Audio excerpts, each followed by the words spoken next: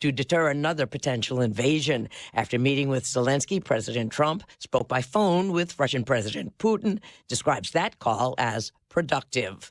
The suspect accused of fatally shooting Turning Point USA founder Charlie Kirk appears virtually in court today as the judge considers media access in the trial. Utah 4th District Court Judge Tony Graff noting the importance of transparency. The press need not be a party to a criminal action to pursue the public's presumptive right to access public court records. The suspect, Tyler Robinson, is set for another hearing mid-January. He's accused of shooting and killing Kirk during a campus event in Utah. America is listening to Fox News.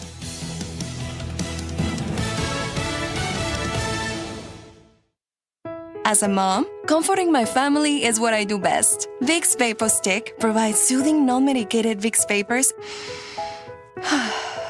in an easy-to-apply stick, and it dries fast, so there's no mess. I use it to comfort myself and my family.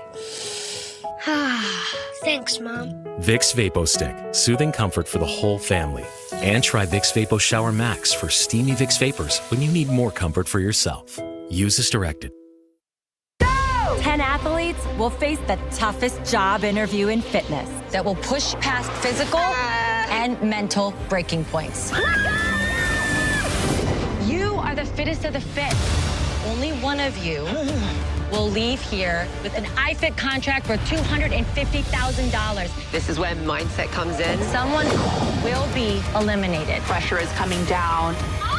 Trainer Games on Prime Video January 8th. Watch the trailer on trainergames.com. Air Comfort Service, heating, cooling, and insulation. Weather. I promised a shock to the system, and winter is back. Though lots of sunshine this afternoon, it is windy and it is cold. Bundle up. 28 for the high. Tonight, clear and cold. Winds fade, 17 for the overnight low. Tuesday, sunny and cold, 35. Wednesday, sunny and 45 for the New Year's Eve. It's cold, 27 degrees, but quiet. New Year's Day, partly sunny and 39. This is 97.1 FM Talk. Chief Meteorologist Dave Murray. This hour of the Mark Reardon Show is sponsored by Gamma Tree Experts. Your trees deserve the best care. Call Gamma Tree Experts. This is the Mark Reardon Show on 97.1 FM Talk. Good afternoon. Welcome in. It is Joe in for the vacationing Mark Reardon here on 97.1 FM Talk. Great to be back with everybody to kick off this week. And let me tell you, this is such a change from the radio I was just doing. We are in storm coverage in Buffalo. So my show was nothing but wind coverage. My power's out at my house. Very nice to be here. And we've got a hat show for you, a great show, including some end of the year countdowns, rundowns on things. We'll be talking about that later in the 3 o'clock hour. We get to that this point now. This week it's all lists, right? It's the top whatever of 2025. And I have to tell you, I'm a sucker for these lists. The thing that bothers me a lot about the list, though, is a lot of them come out at the end of November. Like I get my, hey, these are your top 10 songs you listen to on YouTube this month. Or this year. It's like, well, I still have a month to go. It's like, well, I still have a month to go. The way I listen to Christmas Time by the Backstreet Boys, that list could be altered before 2025 is done. But it also reminds you of just things that happen. Me, and I don't know if you're like me. You'll hear this happened in February. You'll hear this happened in, and you could have sworn it happened a year ago.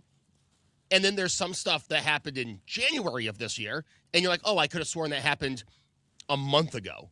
It's just it's funny how fast some things seem to go, and then other things it's like it took forever. Like yesterday, the Bills lost in the rain, and I felt like I was in that stadium for 12 hours. Like we got home and I had left part of breakfast out because, I don't know, I forgot.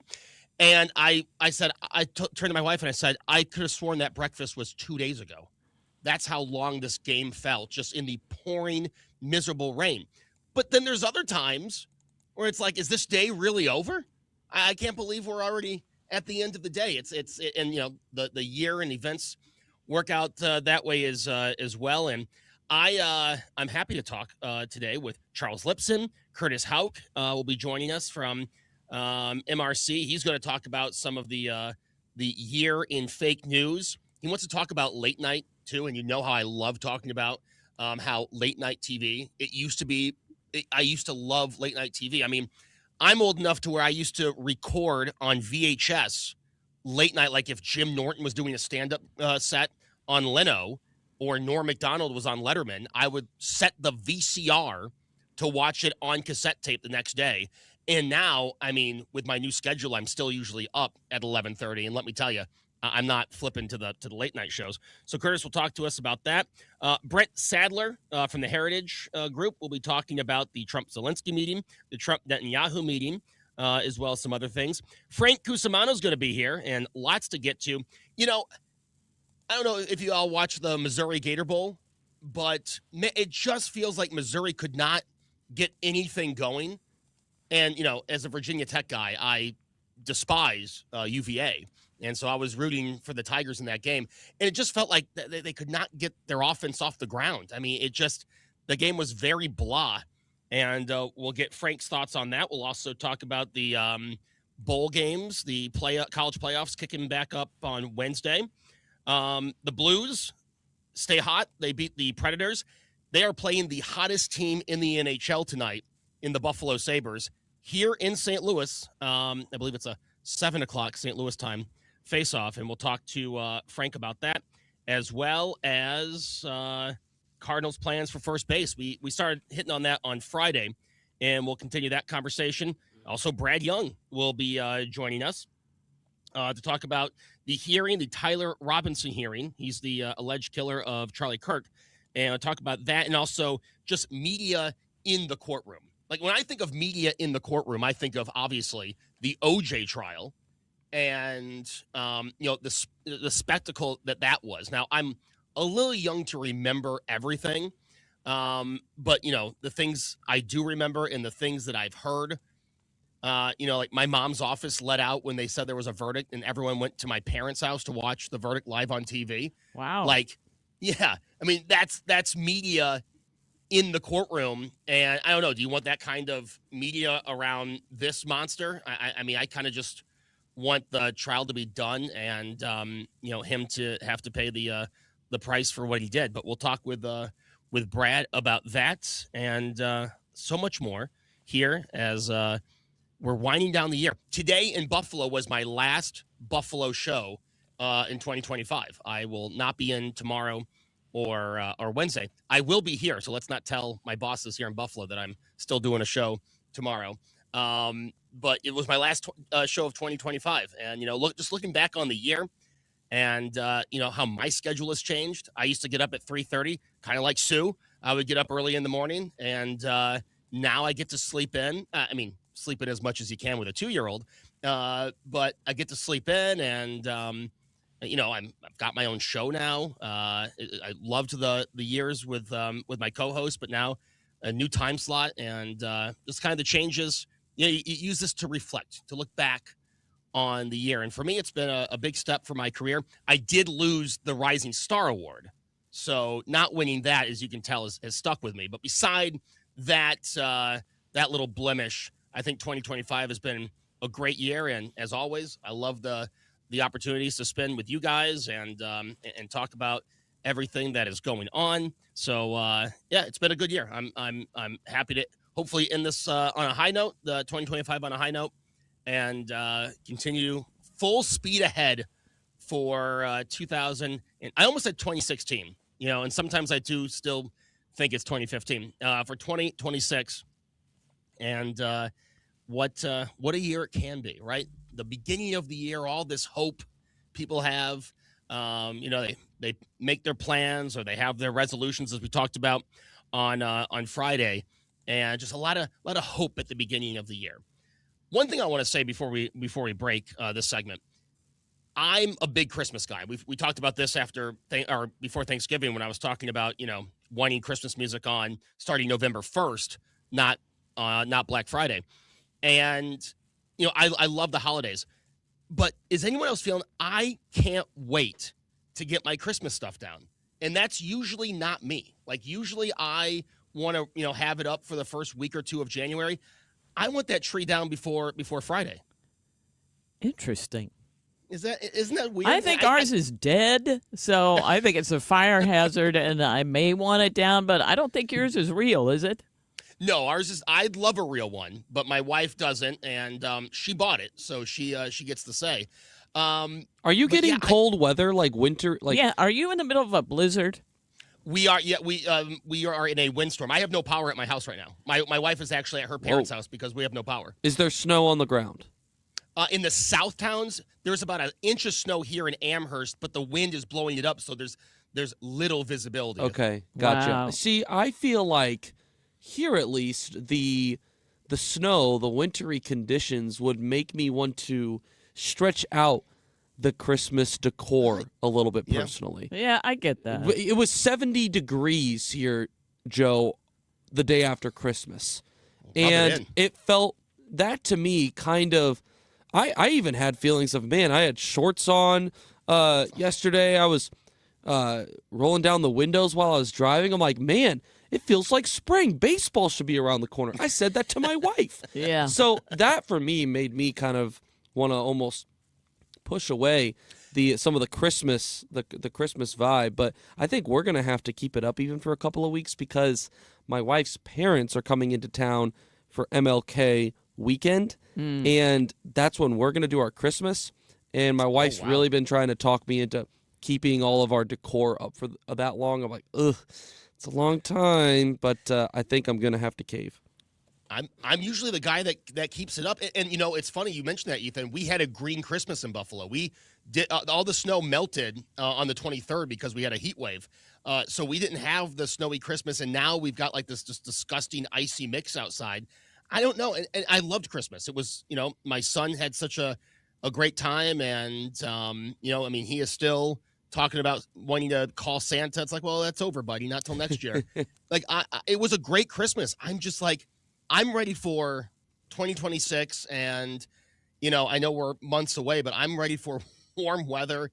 I love Christmas, but it's over, and I'm kind of over it, which is just completely opposite of how I've been the first 36 years of my life. Dr. Thomas, do you have any thoughts on what exactly Joe Beamer could be experiencing right now? I wonder if it's just sadness, rain, a Bills loss. And then it's almost like it's too late. You know what I mean? Yeah. If so what I'm hearing is if the Bills would have won yesterday, then maybe the Christmas spirit in Joe Beamer's heart is in a completely different place. And it didn't rain, but it snowed. Yeah, I think the combination of rain and having an everlasting day just to have you lose, it's really depressing. There you go. There's the diagnosis. There's the answer. You're absolutely right. I mean, we started tailgating at 1 for a 4:25 game, and it rained the entire time. No, it's just brutal. Yeah. And Shakir was wide open in the end zone, but we're not gonna. We'll He talk was. with Frank about that. He really was. He was wide open. I love Josh Allen. I don't think Josh Allen can play in the rain.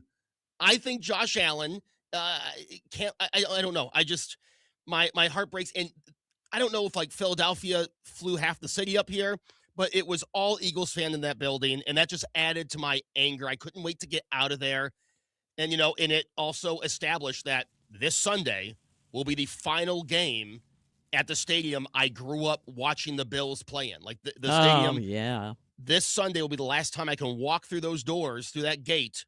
And I've had seasons there for 15 years in the same seats. So like the final time, and without question, that will be the final game in that building. And, it kind of all just hit me at once when that pass went incomplete yesterday. Yeah, it's pretty depressing. Man, I'm sorry to start the show like this, guys. We can only go up from here, right? Amen. To quote Shania Twain. When we come back, Charles Lipson will be joining us from the University of Chicago. Always great to check in with Charles, and we will talk with him after this break. It's Joe Beamer in for Mark Reardon on 97.1 FM Talk. Traffic from the 97.1 FM Talk Traffic Center. Well, we are quiet on the roads. It should be all week. There are emergency vehicles westbound 70 before W. They've got the right shoulder blocked. And they just cleared that. Yeah, I got nothing. Things look good out there. If you're headed out the door from the office, if you're one of the few who went in today, your commute home should be fine. And we do look good on both the Missouri and Illinois sides. This report brought to you by Aspen Contracting, roofsbyaspen.com. Don't let cracked or missing siding leave your home vulnerable to St. Louis weather. Aspen Contracting has the crews and project managers ready to protect your home and restore its beauty. Call Aspen today for your free siding inspection. 636-465-1696. I'm Sue Thomas, and that's traffic on 97.1 FM Talk, St. Louis Conservative.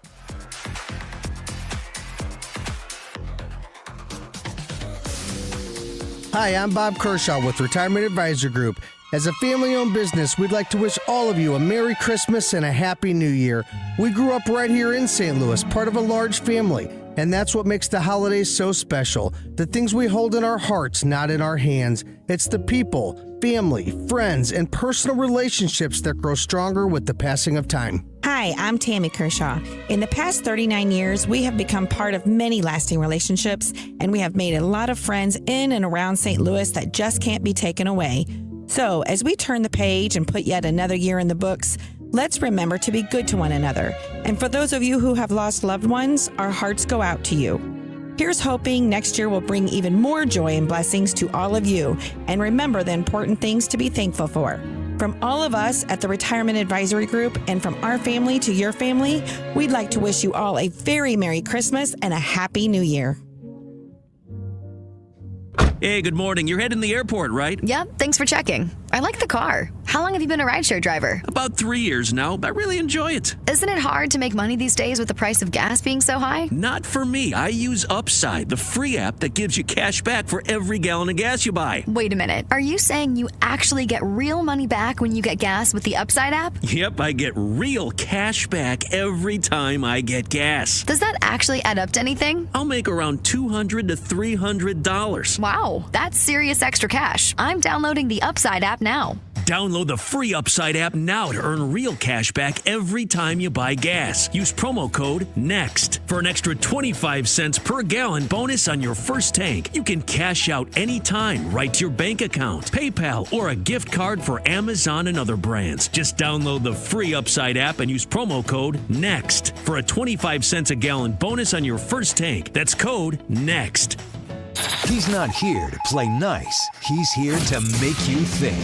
Mark Reardon on 97.1 FM Talk.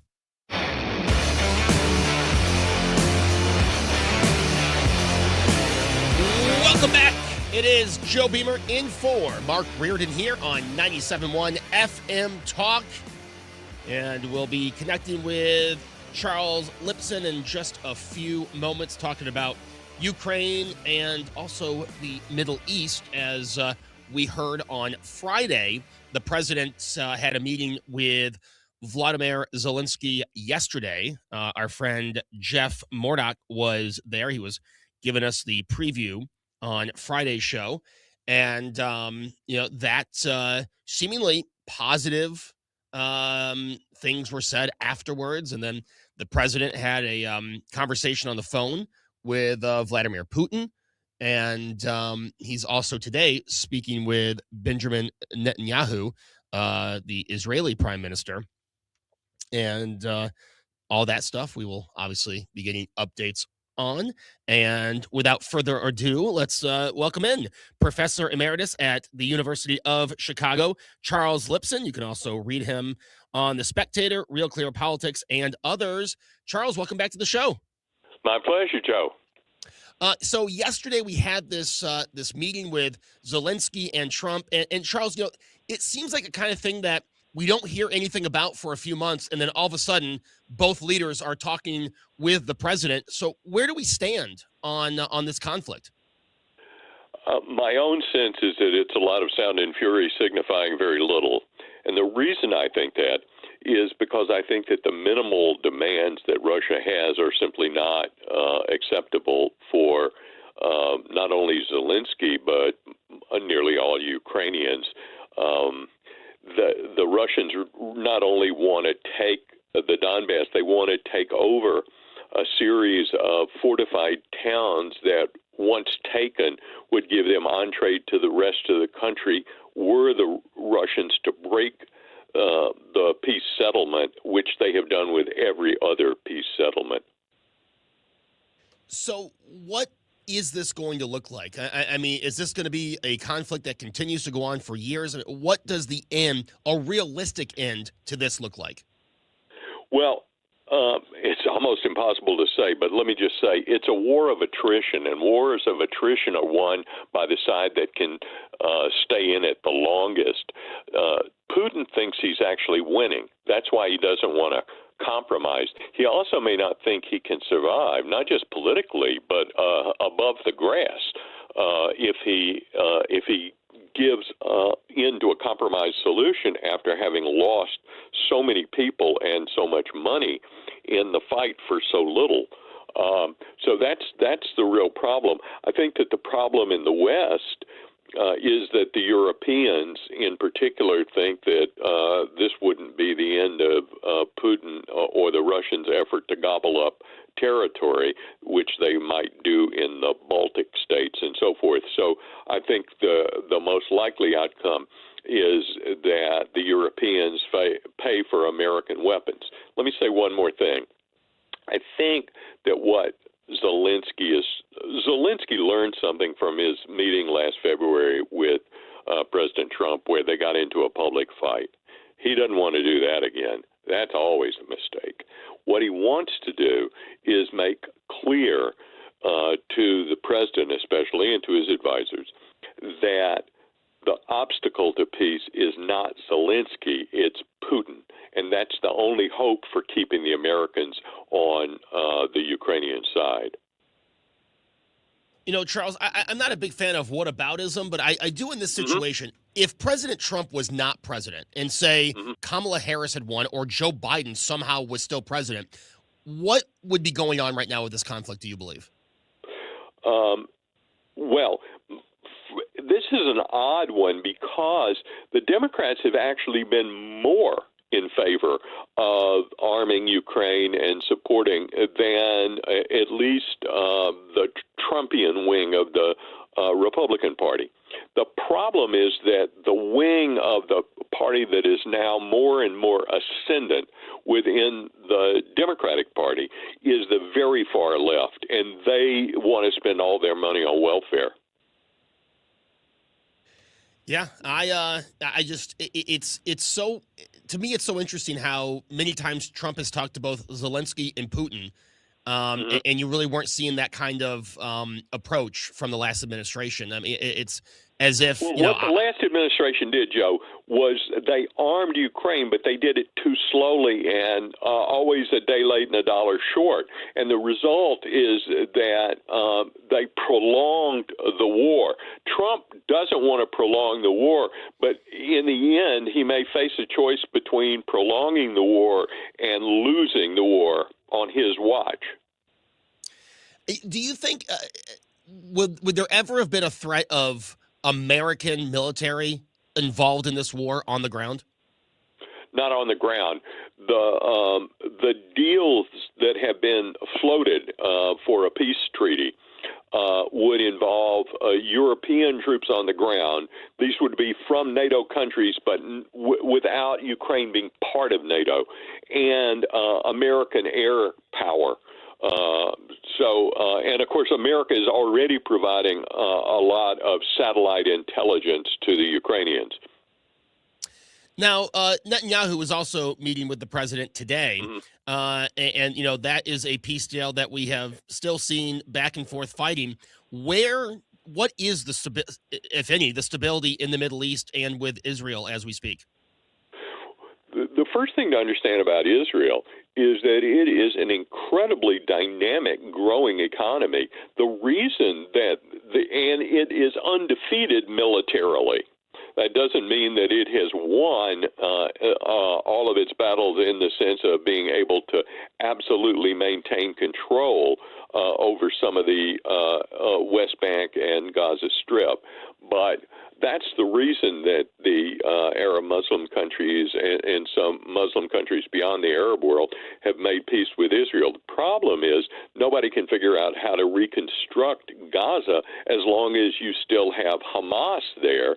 And Israel, though it has taken out a lot of Hamas, Hamas seems to be able to continue recruiting. But that's not just a problem in Gaza. We can see that that's a problem in Nigeria and a lot of other countries where there are these extremist Islamist movements, and they're very hard to extinguish because they're not like an organized army in one location where you can beat them at the battle, at some big battle, and you've won the war. Yeah, to that point, these airstrikes that were carried out, to take out certain members of ISIS. At the end of the day, what kind of damage does that do to these groups that, want to continue the chaos in the Middle East? Well, it limits their capacity to inflict damage on their opponents. It's hard to tell whether it increases or decreases their ability to recruit. It increases their profile, so some young kids want to join, but it also sort of indicates to them that you join, you die. So that's a big problem for them. But my sense, the Israelis always spoke of this as mowing the grass. And mowing the grass means that the grass always grows up again, but you don't let it overgrow the yard. The thing is that what happened in Gaza indicated to the Israelis that they had to do more than simply try to mow the grass. They had to actually try to root out Hamas. But the problem there is that who is going to establish a force on the ground to keep order? The Israelis don't want countries like Turkey in there because they think Turkey will side with Hamas.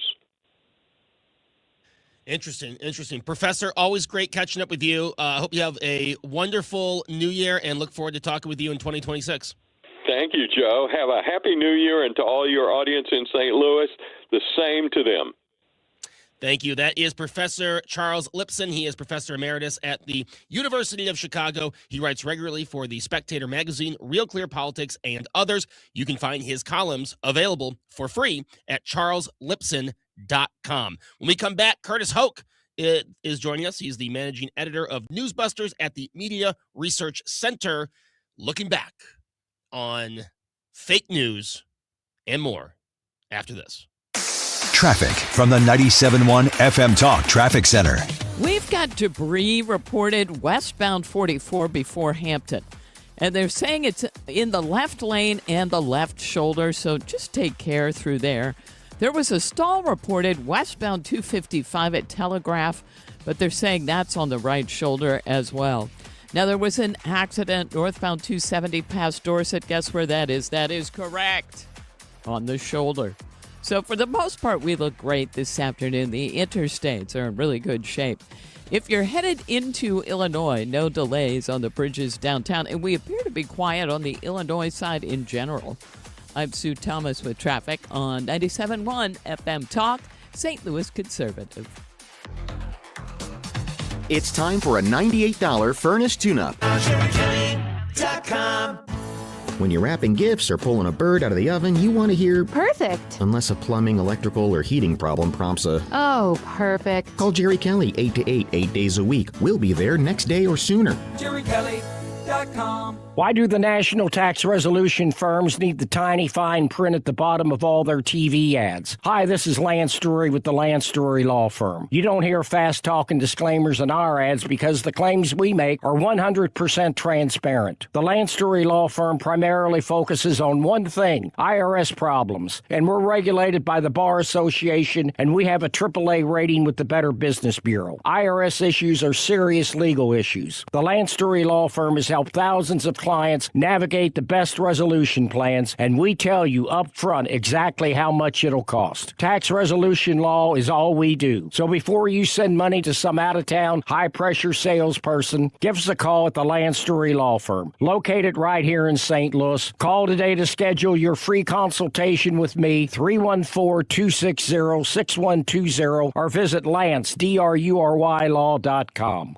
The choice of a lawyer is an important decision and should not be based solely upon advertisements. When you're approaching retirement, there are a lot of questions to answer. Do you have enough money to fund your income for life? How should you claim Social Security? And what's your plan for health care and long-term care? Hi, I'm Eric Robert, Director of Investments with the ClearPath Wealth Management Group at Stifel and host of On the Money Saturday mornings at 11 on 97.1 FM Talk. Don't leave your retirement to chance. It's crucial to understand and address relevant risks before you retire. Our team can help you get organized, guide you through critical retirement decisions, and create an investment portfolio designed around your needs. To schedule your free retirement plan consultation, go to clearpathinvesting.com. That's clearpathinvesting.com. Or call us at 636-695-2650. That's clearpathinvesting.com or 636-695-2650. Stifel Nicholas and Company Incorporated, member SIPC and NYSE. It's time for a $98 furnace tune-up. The time is 3:32. This time check sponsored by Jerry Kelly Heating, Air Conditioning, Electrical, and Plumbing. From Festus to Freeburg, 97.1 FM Talk, St. Louis Conservative.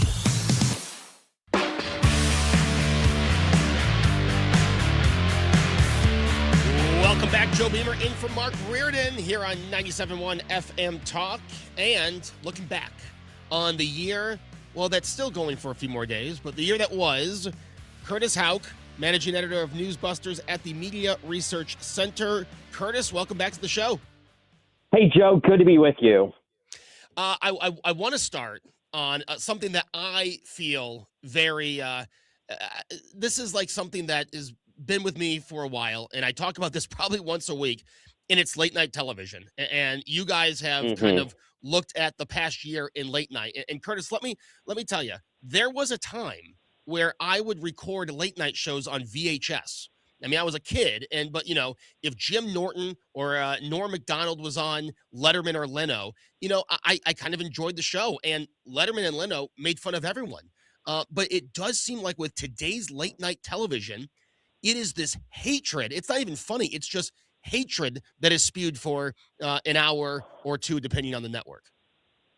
Yeah, and that's definitely what we've been calculating. I mean, folks may say, why do you guys crunch these numbers? Like, we already know this. Well, we want to put a number to these things so people, you know, can know that what they're feeling qualitatively is also true quantitatively. We found that in the last 6 months of 2025, 99% of late night guests were liberal. So this year, all told, there were 90 liberal Democrats, 1 conservative.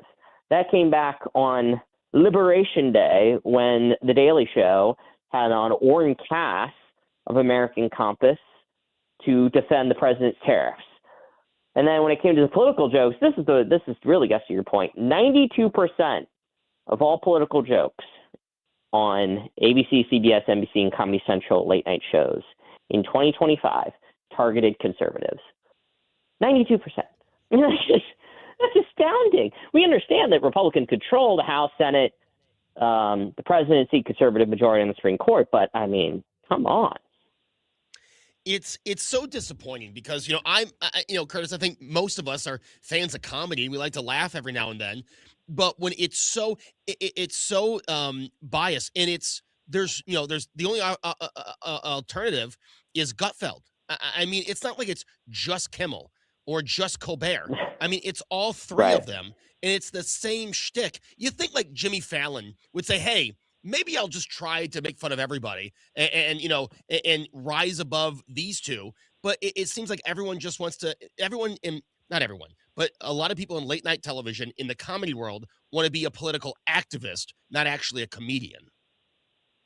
Well, and I think Fallon was more or less bullied into it. He showed the lack of a backbone because he dealt with the fact that he had Trump on during the first election cycle, and he rubbed his hair and all that, and he was nearly run out of town. Since our Alice Christie has been tracking late night guests late 2022, back into 2022 through now, so a couple years now, he has had 44 liberal Democrats on versus 3 conservatives. So now, I mean, that's still pretty bad. But again, it's not a big fat zero compared to some of the other ones. But yeah, I mean, it's definitely also nowhere near Seth Meyers. And his, in terms of political jokes, Fallon, 89% of his jokes were about conservatives. So again, when you're like 3 percentage points less bad than the other one, and you're still at a B+, if you're grading that, still not great. Still not great. No, yeah, and Seth Meyers, I mean, I kind of forget that show exists. I mean, he has just completely ruined the show that Letterman and Conan had built up. Yeah, and, you say 3 conservatives, Curtis, but I'm not really sure I count the Gutfeld appearance as conservative because they never got into politics. Right.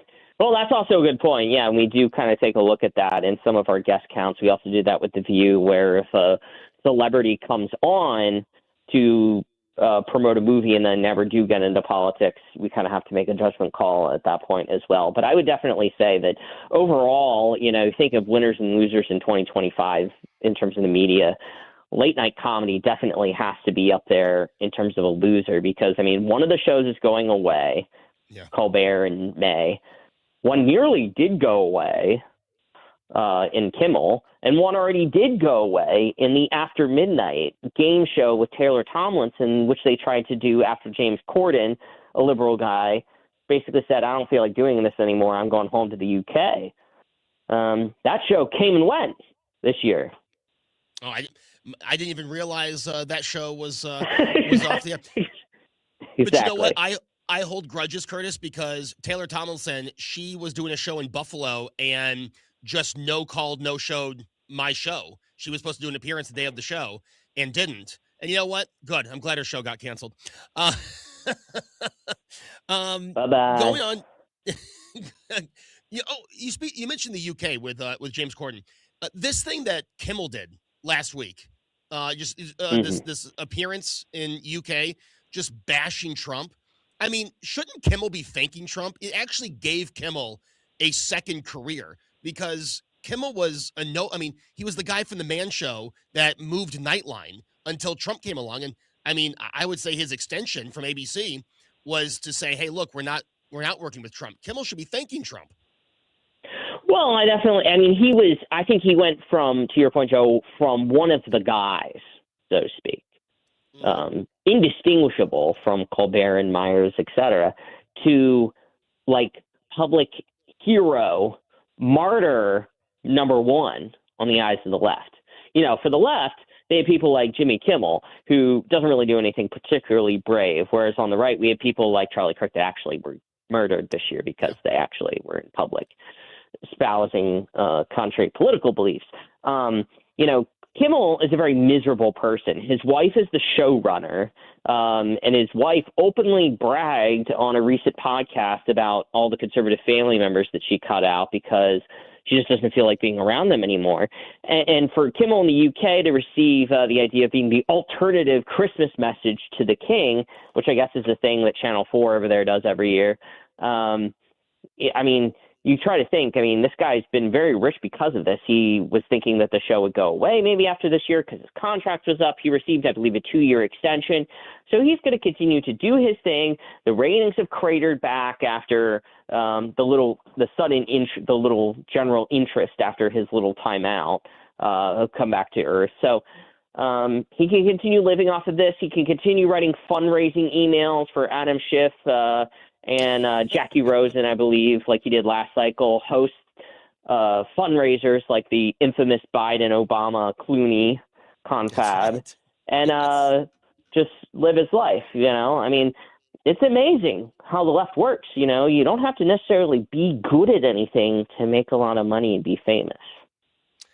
That is true. Now, you mentioned The View, but we got to give them their say. Curtis, before you get into the rundown on The View, I want to say I don't trust anybody who has the opportunity to watch either The Price is Right or The View and picks The View. With that said, what did your findings show?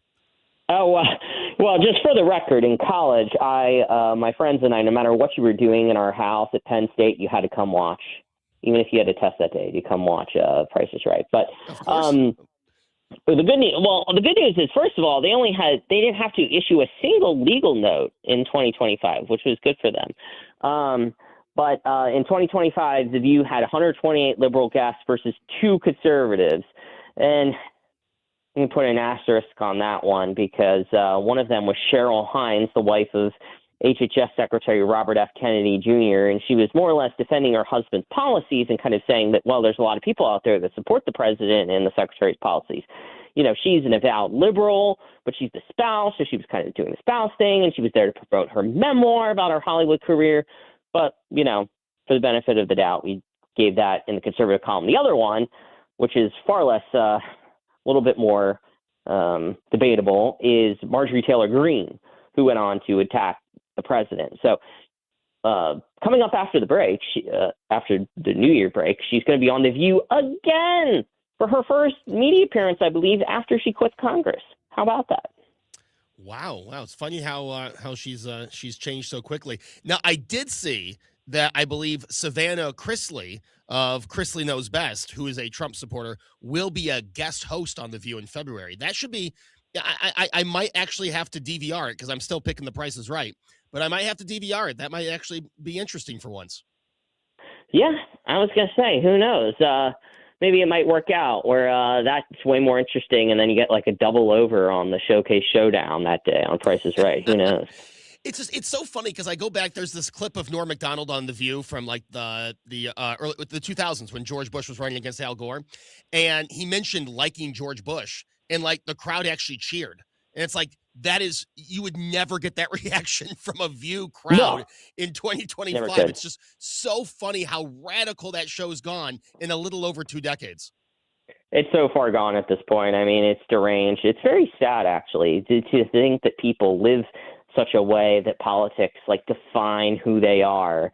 Like it's the be all end all of their happiness. Like, just on the way back here, I'm in the Low Country with my in-laws, and there's a weekly No Kings, a Moron Mondays gathering. And I played a YMCA as I went by them. It was very nice. But no, I think about that. I'm like, to like define your happiness based on who's the president.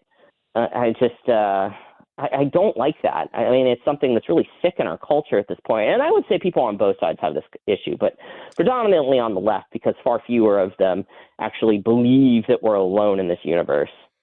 Oh, yeah. I mean, there's so many on the left that, I mean, if they know you don't think like them, they are, as soon as they get into the same space as you, they are waiting to bring it up. They don't care if it's Thanksgiving, if it's Christmas, if it's the first baptism. They don't care.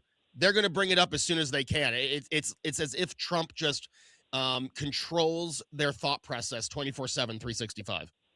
Moral enemy. You're a mortal enemy. I mean, you're not just morally wrong. You're just, I don't even know. You're beyond the pale.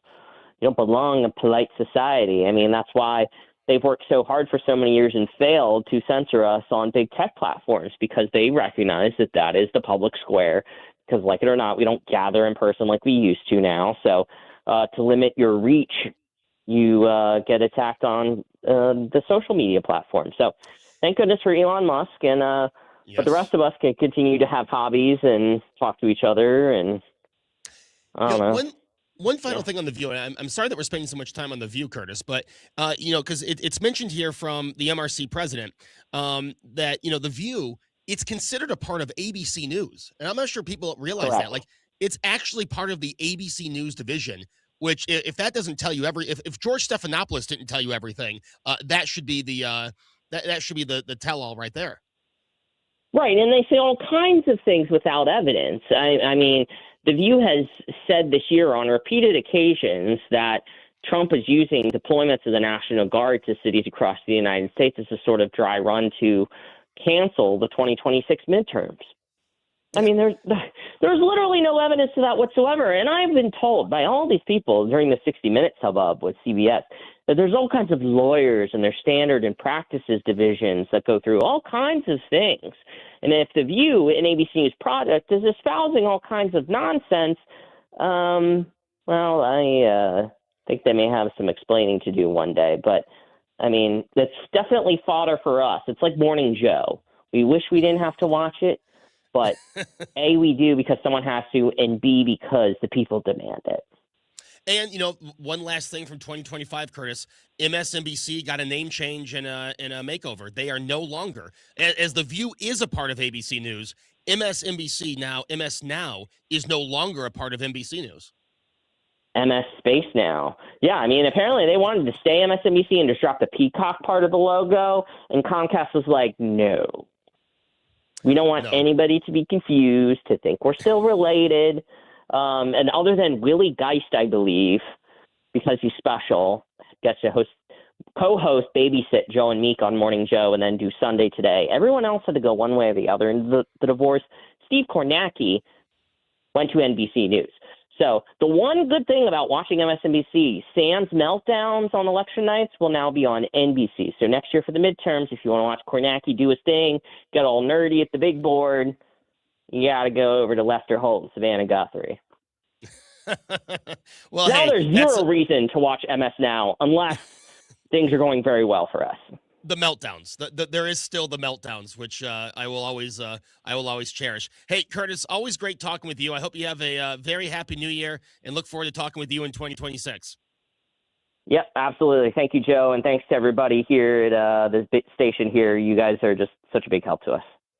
That is Curtis Houck. He is the managing editor of Newsbusters and Media Research Center, wrapping up 2025. Did you remember all of that stuff? Are you now convinced about The View? Are you now convinced with late night? I know it's something I stress on all the time, but it is just so sad how far it has fallen. I mean, as someone who loves comedy, I mean, there's like stand-up shows I can't go to now because I don't care if you make fun of Trump. I find some of the stuff funny, but when it's your whole act, when it's every joke, it's just like, come on. I mean, you're a show on a network. You're a show on a network that's for half the nation, and it's literally blocking out the other half of the nation. But with that, we'll be back. It's Joe Beamer in for Mark Reardon on 97.1 FM Talk. Traffic from the 97.1 FM Talk Traffic Center. Looking good on the roads. Westbound 70 is great out of downtown. 6440 is as well. There was some volume on Manchester, especially westbound at Reese Road. It just seems to be really jammed up. Southbound 270, though, looks good. Headed through the Kirkwood area. 55 southbound, a little bit of volume at Bates. But we look great on the bridges downtown and headed into Illinois on any of the bridges. And we look good on the Illinois side in general. I'm Sue Thomas, and that's traffic on 97.1 FM Talk, St. Louis Conservative.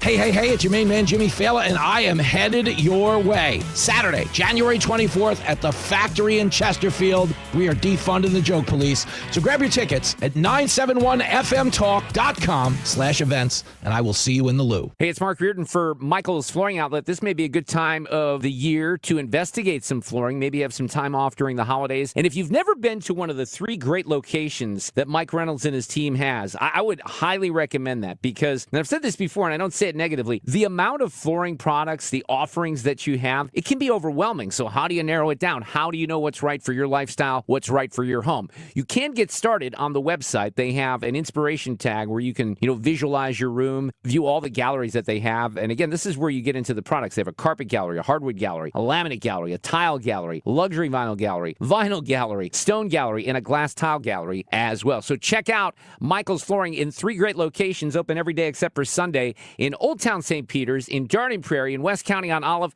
and the website, igotfloor.com. Michael's Flooring Outlet, do us a huge favor here at 97.1 FM Talk because they're great sponsors for us. Tell them that we sent you in. igotfloor.com. Okay, we've got the chips, the fancy cheese, the sparkling cider. Oh, and I need to fill up the tank on the way home. Look at the cart. We haven't even hit midnight yet, and you're already blowing your save money resolution for next year. I'm not blowing it. I'm being smart. I'm using Upside. Upside? That cash back app? Exactly. I just claimed an offer, and just like that, I'm getting cash back on all these groceries. And I'll do the same at the gas station. It's how I earned an extra $250 this year. Wait, $250? Yep, that's extra cash I can cash out to my bank or throw onto gift cards to my favorite spots. Download the free Upside app and start earning cash back now. Use promo code POP for a $10 bonus on your first grocery purchase. That's promo code POP.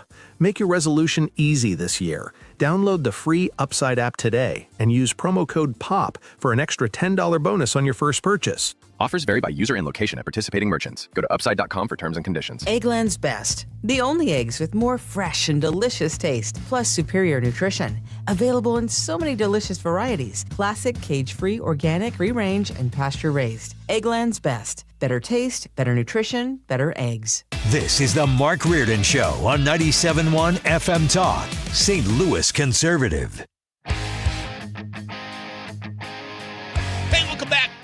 Wrapping up the first hour, Joe Beamer in for Mark Reardon here on 97.1 FM Talk. And that was actually a true story. I didn't make that up.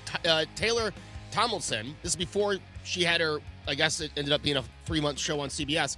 She was doing a show in Buffalo. And this is when I was doing the morning 9 a.m. show with my co-host. And she was supposed to come on and promote the show. And like I said, as long as your act isn't just an hour of political jokes, like, bashing Trump for an hour, I love stand-up comedy. And so we were going to have her in studio, and she just didn't show up. And I don't mean like, hey, sorry, something came up. We had the sports guy, the guy that played the sports guy in Anchorman was supposed to come on the show. He actually let us know. It was 4 a.m. that he let us know, but let us know he was not going to be able to make the show. Taylor Tomlinson never said that she wasn't going to make it, never said why, just kind of left us out hanging. And so you know what? Maybe I hold a grudge. I don't know, but good for her. Good for her. The CBS thing didn't work out. She's got to go back to doing stand-up now. I'll tell you what. I don't know. I don't think I give her a second chance. Is that a little harsh? Am I being a little too harsh on the young lady? I see why you would be. Yeah. Yeah. Like, still up and coming. I wanted to have the big name, which, not that Taylor Tomlinson's a huge name, but you get the point. Have a national person on the show. Sure. And, no call, no show. Yeah, come on. I thought you wanted to sell tickets. But Curtis broke news there. Her show's already off. And for the first time since 1993, I think or 92, CBS will be giving the 11:35 time slot back to the affiliates, and will be out of the late night game, which I don't remember pre-1992, so I don't remember CBS not being in the late night game. But I said it when they gave that show to Stephen Colbert and not Craig Ferguson. I said the Colbert thing's just not going to work out. It's his character was funny on Comedy Central. He is not a funny person. And he's not. He's a political activist trying to be a comedy role. And the late show that David Letterman built up to beat the Tonight Show will be gone in May. And it's the lack of funny that they have to blame over there at CBS. It's what it is. At least CBS has the NFL. That's what I can say for them. But I I don't know. Craig Ferguson was so funny on that 12:35 show when he took it over. I thought it was just a natural progression. And then to get Stephen Colbert, it never made any sense to me. And hey, that show is on the way out. You only got a few more months to see the meltdown on CBS, and then it's down to 2. It's down to Fallon, Kimmel. I guess you can throw Seth Meyers in there, but I'm not sure too many people even know that Seth Meyers is on. Right. When we come back, we'll have Sue's News. We'll be joined by Brent Sadler. We'll be joined by Frank Cusumano. And later, our friend Brad Young will be joining us. All that and much, much more. 1 hour down, 2 to go. It is Joe Beamer in for Mark Reardon on 97.1 FM Talk. Traffic from the 97.1 FM Talk Traffic Center. On the roads this afternoon, westbound 70 looks great. No delays out of downtown. 64, well, a little bit slow. Right around Clayton Skinker and again at 270. Just some moderate volume there. Manchester, especially westbound, is jammed at Reese Road. 55 southbound, some moderate volume, especially headed down toward Bates. But we look fine on the Illinois side. And in fact, we look good on the bridges headed into Illinois. This report brought to you by Lakeside Renovation and Design. For over 25 years, they have been St. Louis's trusted choice for transforming homes inside and out. From windows and siding to kitchens, baths, and outdoor spaces, they give you quality craftsmanship backed by lifetime warranties. Visit lakesiderd.com to start your dream project today. I'm Sue Thomas, and that's traffic on 97.1 FM Talk, St. Louis Conservative.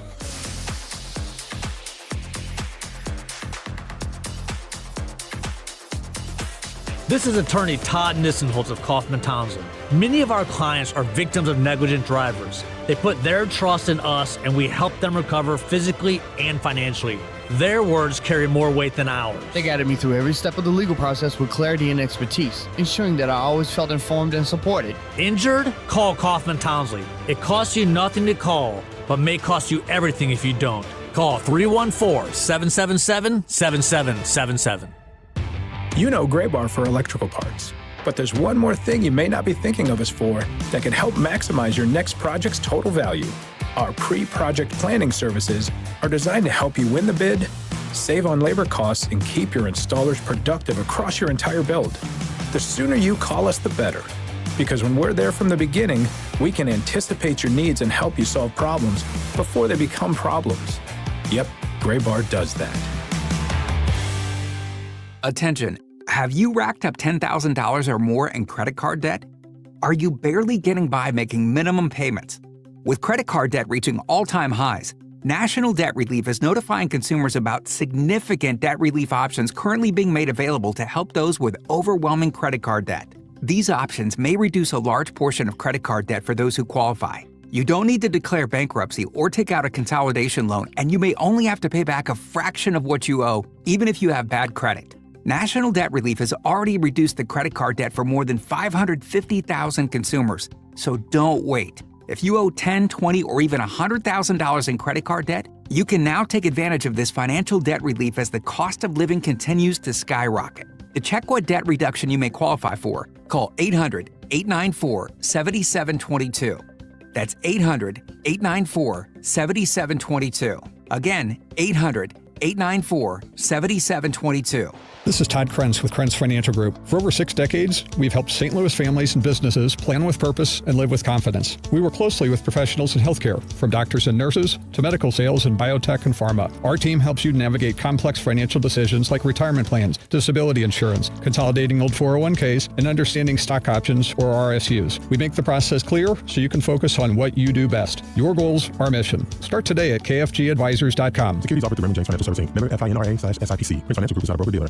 License number E2014A. Hey, it's good to see you. You know, there's a certain way we do things around here. The Grasser way. The Grasser way? We don't cut corners and we don't take shortcuts. Not on the little stuff and not on the big stuff. We do the big stuff. That's right. Whole home generators that kick on the moment the grid gives up. Lights stay on, heat stays on, your family stays safe, so your house stays warm. And your ice cream stays frozen. Green is always Grasser at GrasserHomeservices.com. KFTK FM Florissant from the Kaufman Townsley St. Louis's Injury Lawyers Studio. Call 314-777-7777. That's 314-777-7777.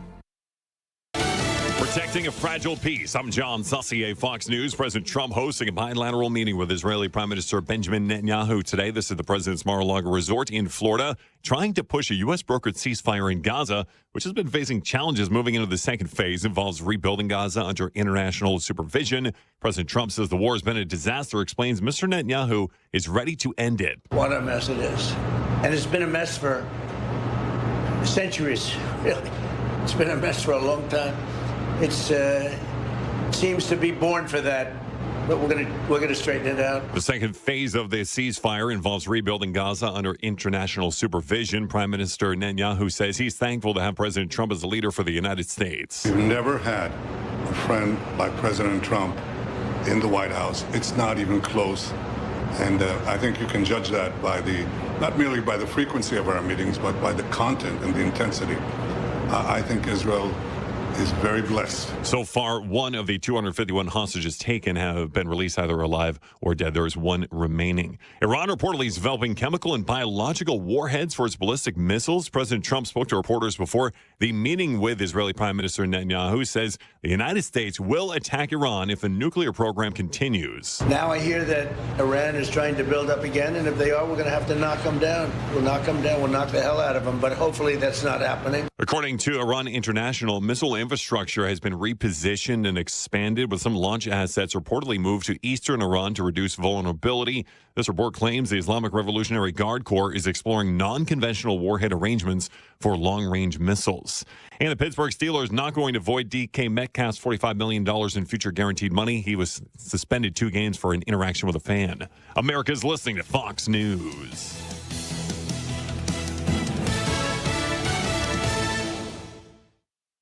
As a mom, comforting my family is what I do best. Vicks Vapor Stick provides soothing, non-medicated Vicks vapors in an easy-to-apply stick, and it dries fast, so there's no mess. I use it to comfort myself and my family. Thanks, Mom. Vicks Vapo Stick, soothing comfort for the whole family. And try Vicks Vapo Shower Max for steamy Vicks vapors when you need more comfort for yourself. Use as directed. 10 athletes will face the toughest job interview in fitness that will push past physical and mental breaking points. You are the fittest of the fit. Only one of you will leave here with an iFit contract for $250,000. This is when mindset comes in. Someone will be eliminated. Pressure is coming down. Trainer Games on Prime Video January 8th. Watch the trailer on trainergames.com. Air Comfort Service, heating, cooling, and insulation. Weather. I promised a shock to the system, and winter is back. Though lots of sunshine this afternoon, it is windy and it is cold. Bundle up. 28 for the high. Tonight, clear and cold. Winds fade. 17 for the overnight low. Tuesday, sunny and cold. 35. Wednesday, sunny and 45 for the New Year's Eve. It's cold, 27 degrees, but quiet. New Year's Day, partly sunny, and 39. This is 97.1 FM Talk. Chief Meteorologist Dave Murray. This hour of the Mark Reardon Show is sponsored by Gamma Tree Experts. Your trees deserve the best care. Call Gamma Tree Experts. This is the Mark Reardon Show on 97.1 FM Talk.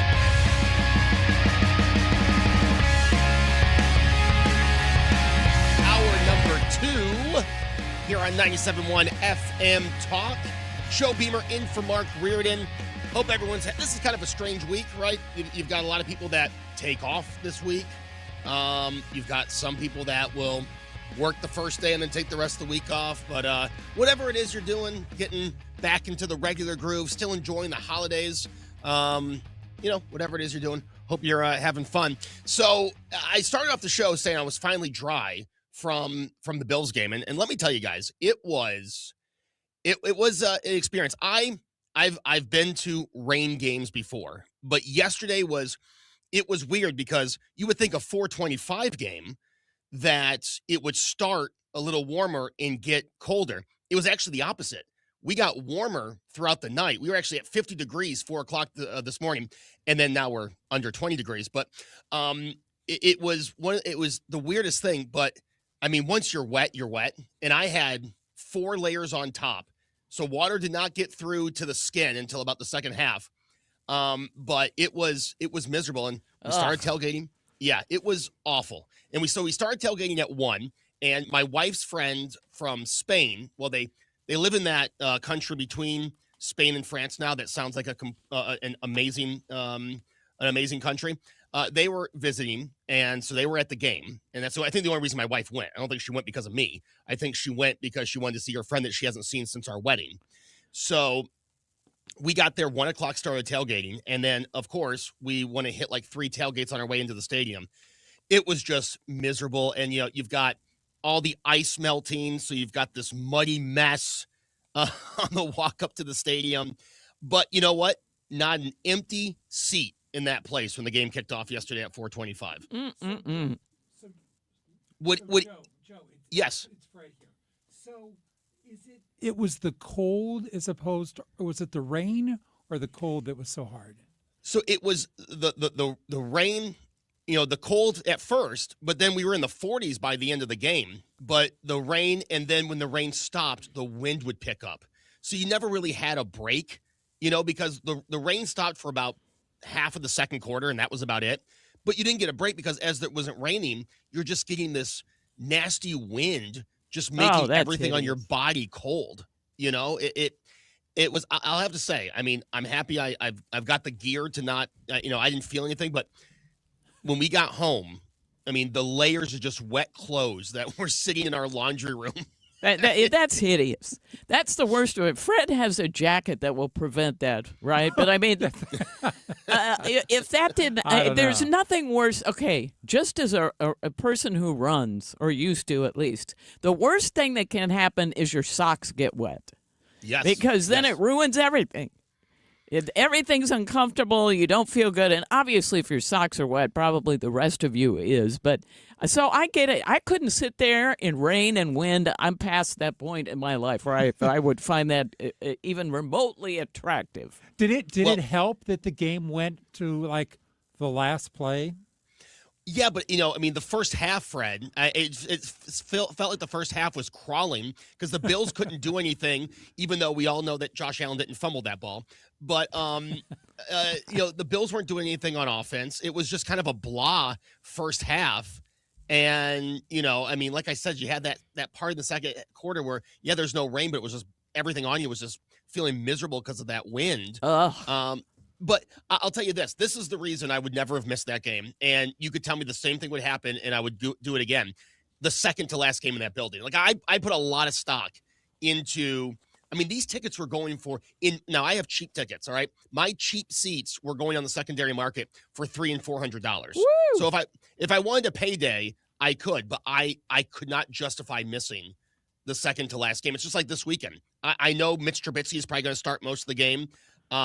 We don't know who's going to be kicking because the Bills just let go of Bagley, but there's not anything. Nothing would keep me from that game. I mean, obviously, an emergency. Well, I get it, and apparently everybody else felt the same way because they were all there too. Yeah.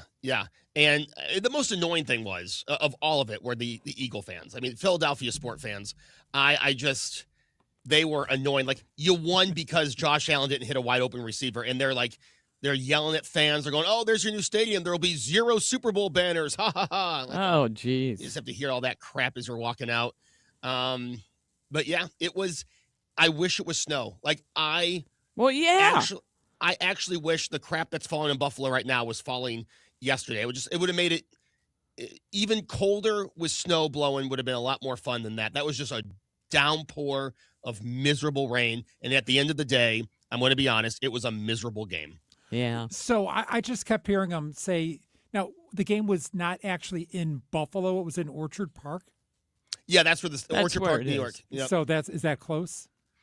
Yeah, so Orchard Park is in the South Towns, so it's about 15 minutes from the city. I actually used to live right down the street from the stadium, so 15 minutes south of the city, and that's been the big debate here, is, why didn't the city of Buffalo improve infrastructure when they knew a new stadium was going to be built, so it would make downtown more attractive. But of course, we just have idiot politicians, and nothing was done. So the Bills will be playing in Orchard Park for the next 30 years at least. Yeah. The Bills have not played in the city since O.J. Simpson was the running back. Holy cow. Yeah. Wow. And O.J. was actually the running back for the first season in the stadium that will be closing after next week. So that's how long it's been since they actually played in Buffalo. Wow. Interesting. So, yeah, it is, and it's going to suck having to watch the playoffs from home, but I don't know. After yesterday, I love my Bills. I love sports. I love football. But I'm going to be honest with you. As soon as that pass was incomplete, I could not wait to be home with the heater on, under a blanket. Like I got home and I took a hot shower as soon as I got home. I mean, my hands were all wrinkly because the gloves were no good. They were soaked before I even put them on. So my hands were all wrinkly. I mean, it was miserable. It was miserable. I was thinking of you the whole time because I watched the game, in my living room, in a relatively warm living room. But I knew you were a season ticket holder. So I was like, oh, Joe's there. He's got to be dying. Oh, yeah. It was, because the play where Josh Allen, I think, went forward with his hand, went forward and they called it a fumble. Usually, me being the nerd I am, I would pull my phone out and watch every replay I could find on social media. But there was no instance I was pulling my phone out except to take my, kickoff picture. There was no instance I was pulling that phone out yesterday. I mean, it was soaked. It was miserable. Oh, that's horrible. Yeah, it was something. But like I said, if the same thing happened, which it won't because it's going to be 20 degrees colder on Sunday, but nothing, like I said, no weather event will keep me from the game. And for the first time since I was in college, the Bills will be wearing red helmets for their final game. Interesting. At Highmark Stadium. So that's one thing. And they're selling a final game beer stein. Of course, they're selling it. Why would they give us anything for free? Right. They need money. Yeah, of course. They need to pay back that $2 billion stadium that's sitting across the street.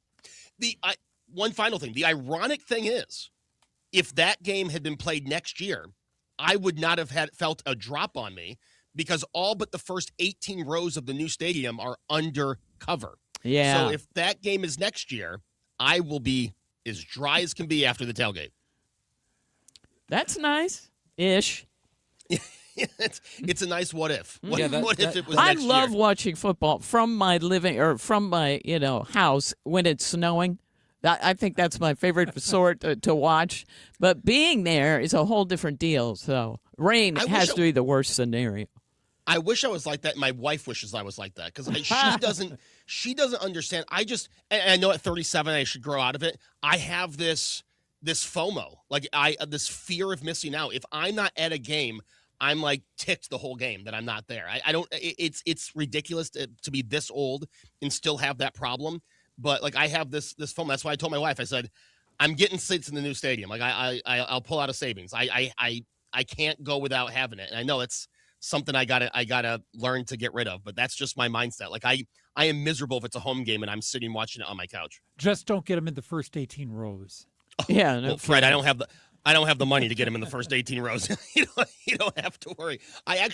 My new seats were $750 a seat for PSL, and it was literally a seat over from seats that were $1,500 a seat for PSL. So I actually got a heck of a deal in the new stadium. So looking forward to it.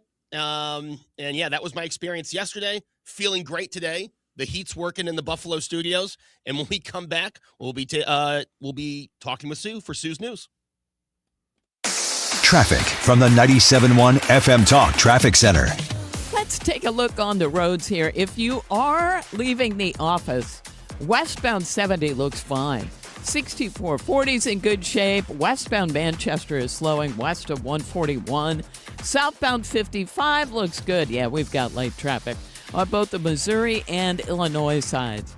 So things are looking good at this hour. I'm Sue Thomas, and that's traffic on 97.1 FM Talk, St. Louis Conservative. Sponsored by Gloria Liu with your home sold guaranteed realty 314-325-6888. Need to sell your home and you want the most money? The name to remember is Gloria Lou. Yes, Gloria Lou with your home sold guaranteed realty at 314-325-6888 and start packing. Surprise! Surprise! You know, surprise parties, they can be fun, right? Well, financial surprises, not so much, especially when you're retired, like finding out you owe more in taxes than you thought you would, or having to go back to work to make ends meet. Maybe you think you'll be okay, but why not double check just to be sure? Call Marvin Mitchell at Compass Retirement Solutions and schedule a retirement double check. Marvin and his team have been helping families plan for retirement for more than 15 years. Call 314-373-1598 to schedule your retirement double check with Marvin Mitchell at Compass Retirement Solutions. That's 314-373-1598. Don't let a financial surprise derail your retirement dreams. Give Marvin and the team a call, 314-373-1598. Firm offers insurance services, investments, and services offered through Compass Retirement Group, a registered investment advisory in Missouri and in Illinois. Many of you know that my inspiration for becoming an accident attorney was my brother Tim, who was rendered a quadriplegic at age 18. I didn't know what a personal injury lawyer was or what they did, but I soon did. Tim was treated terribly by the insurance company, and I became enraged. It was a constant delay and deny. I'm John Morgan of Morgan & Morgan. Tim later worked with me for 27 years. Last year, my hero died at age 65. You can see my eulogy for him by visiting mybrothertim.com. He was one hell of a man. Because of Tim, together we built the largest injury firm in the world, and our clients are treated the way I would want my family to be treated. At Morgan & Morgan, nobody is a nobody and everybody is a somebody. If you need our help, visit forthepeople.com on your phone or computer. See you soon, Tim. Morgan & Morgan, forthepeople.com. Injured? Dial #law or visit forthepeople.com for an office near you. What's up? It's Draymond Green. I'm back for my 14th NBA season, and my podcast, The Draymond Green Show, is back too. This season, I'm breaking down games, reacting to the biggest NBA stories, and sitting down with teammates, rivals, and culture shapers. And trust me, I'm not holding back, on the court or on the mic. 2 new episodes every week, new segments, big conversations, real basketball talk for the real hoop heads. Listen to and follow The Draymond Green Show wherever you get your podcast. We're back, we're better, let's get it.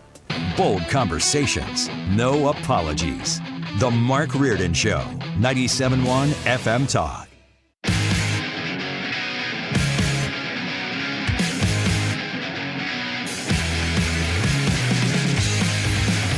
Mark Reardon here on 97.1 FM Talk on a Monday. And as we do this time every day, it's time for Sue's News. These allegations are deeply concerning. Does the president have any comment? We're not going to comment. It's not clear messaging. No. And now, Sue's News. Brought to you by Sue. Welcome back, Fred. Hey, thanks. The boys were in town. It was good. It was great. They were here for a whole week. Oh, that's nice. So we did lots of good things. Well, the weather was so warm it had to freak them out. Yeah, they brought in lots of sweaters and didn't get to wear them. I love that at one point you said they were each taking turns riding your wife's e-bike. Yeah, that's right. They were just driving on the Grants Trail. Yeah, you got to do what you got to do. It was weird. Okay, how about the crazy winds yesterday? I mean, I'm out walking and sweating. At 2 o'clock, I told Ethan this. I look at my clock. You know, I'm obsessed with the hourly forecast. So at 1, I'm like, ooh, I better run or get a walk in before it happens. At 2, I'll take Oscar out. And Oscar the Bulldog will go, and it was 72 degrees. And then, just like clockwork at 3, when they said there's a wind advisory in effect, whoosh. You know, huge. I went over to my sister's house to watch the Bills game. And when I went over there, I had a short sleeve shirt on. And when I came out after the game, I was looking for a winter coat. Yeah, it was. Was it like that in Buffalo, Joe, or no? I mean, you're raining. Yeah. Today we have the snow wind mix, and at the airport, the winds were gusting at 79 was the top gust at the airport this morning. Woo! Yeah, that's weird. The highest I saw overnight was 26 here, and it was freaking windy. I heard it like nuts. Banging against like our window. It was so windy. Yeah, it really was bad. I couldn't get Oscar to go out after that. There was stuff blowing in the yard. He doesn't care for that, Fred. When we're lucky it wasn't snow, it wreaked havoc on air travelers yesterday. One report said 3,200 flights were delayed. I know Shane flew from St. Louis to New York without a problem. Okay. Noah went from St. Louis to Chicago, and he said taking off in Chicago on the second leg of his trip was really scary. Yeah, I bet. It was very turbulent. Ugh, no thank you. By the way, happy National Pepper Pot Soup Day. What? That's right. A pepper pot soup is highly seasoned soup prepared with peppercorns, small bits of meat, tripe, and I'm out. What is tripe? Tripe, I think it's the stomach of something, isn't it? Huh? Or intestines? Which one is it, Fred? Can somebody Google that for me? I think they're the same. I did. No, oh, well, that's a good point. Maybe. Anyway, I'm not eating that. But it is Pepper Pot Soup Day. They say that the dish may be more familiar by the name of Philadelphia Pepper Pot because it was brought to the area by people from the West Indies in the Caribbean. I have never had it. It's the edible stomach lining. Thank you. Mostly from beef, so I'm guessing mostly from cows. That is absolutely disgusting. That is not happening. No thanks. It's also National TikTok Day, and this apparently is the day that reminds you that the year is coming to an end, and if there's something you wanted to complete by the end of 2025, you've got to get it done now. You know, just today, we were paying the tax on some property, that sort of thing. So property tax, real estate tax, if you haven't done it, get that done. It's getting close. Fred, did Marie already pay it? Oh, yeah, she did. Yeah, she's on it. I get torn between that. I don't want them to have it too early, yet I don't want to be late. Yeah, we do it right away so we don't have to worry. Yeah, I get it. All right, TikTok, thank you to Fred for finding this story, has surpassed YouTube and Instagram as the most popular social app for news. Among 18 to 29-year-olds in the U.S. Okay, Ethan, you're in that box. What say you? It kind of scares me. Yeah? Kind of scares me a little bit. Because you don't know. I guess it's not just TikTok that does this, but, you know, the people that are putting out that stuff, who knows whether stuff is legitimate. Yes. And I guess you could say the same thing for, you know, legacy journalism as well. But it's just scary because, you know, 18-year-olds are so easily influenced. Yes. You know, they could see so many things and all of a sudden, bam, an algorithm looks a specific way and their belief system's completely changed. I also think the shortness of all the clips is a problem. Well, it's a huge problem. There's no context, even if it were accurate, right? 43% of young adults say they regularly get news from TikTok. Now that was in 2025, compared to 41% for both YouTube and Facebook.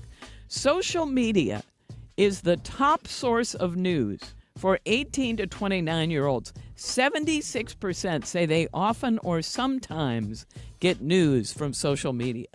What do you do? What do you do about this?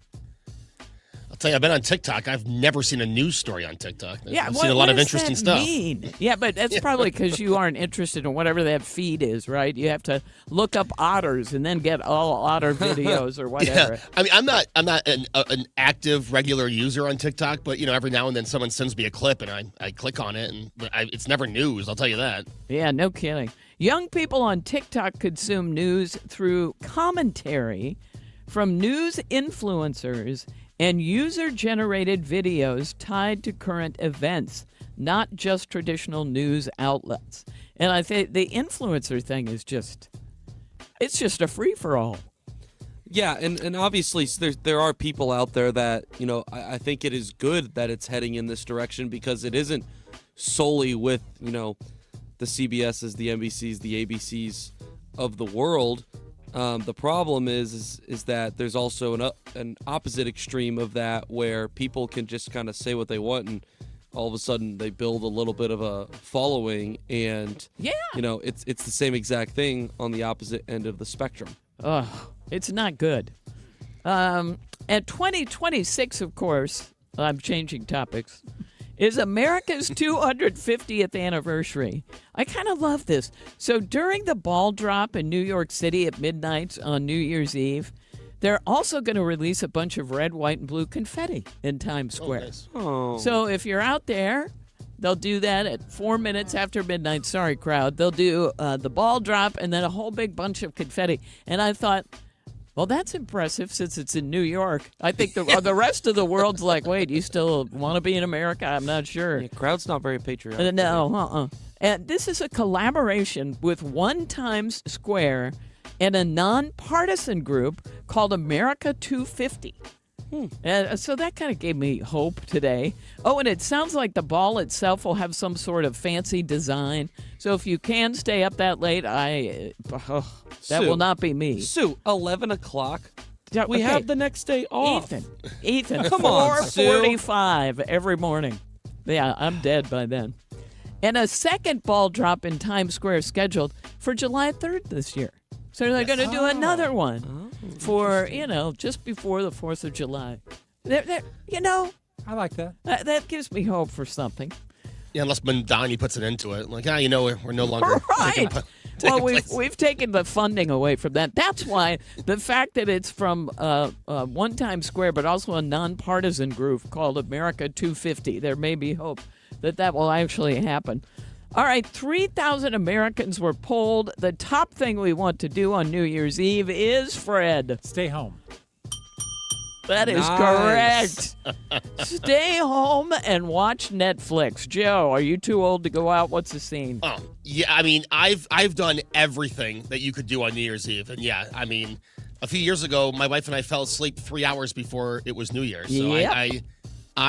we'll be lucky if we make it to the ball drop. And, New Year's Day is colonoscopy prep for me. So I've got other issues. Wow. That's fun. Yeah. Let's see. Happy New Year. Yeah. That's in the too much information. Yeah, the TMI category. Right yeah. 35% said binge watching Netflix is the top way they'd like to ring in the new year. Yeah, you know why? Why? Because Stranger Things series finale comes out on New Year's Eve. And you, by the way, young Ethan has watched the latest that dropped on Christmas, and? First 2 episodes were very good, and the third one, well, let's just say that it was pretty disappointing. Yeah, that's the one where they had a coming out issue, which is fine, but no one cares, and that's not part of the plot. Of the show. Yeah. Ugh. By the way, 24% say they would rather go to a big New Year's party with friends. Okay.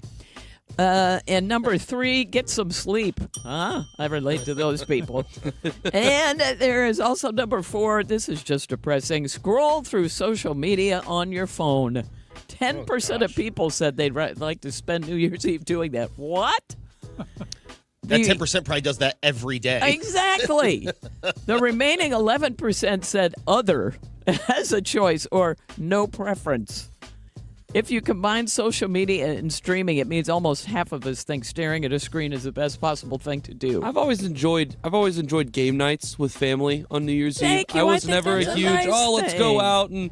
Yes. But I always thought that like, game night, playing, the Wii or the Switch was always fun. Some board games, but yeah, I get one to stay home. But yeah, you can play a board game. I think that sounds nice. All right, and finally, in Sue's news, we have today's random fact.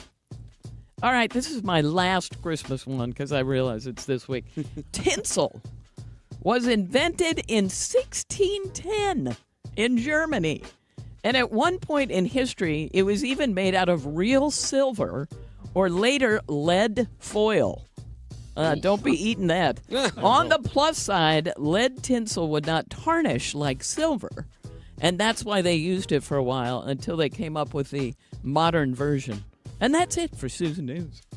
Thank you, Sue. When we come back, we'll be talking with Brent Sadler on 97.1 FM Talk. With your money now. Shares of NVIDIA down 1.25% today after its Christmas Eve acquisition of Grok in a $20 billion deal, the largest in NVIDIA history. Meanwhile, NVIDIA followed through on its purchase of shares of Intel, totaling $5 billion. That move was announced originally in September.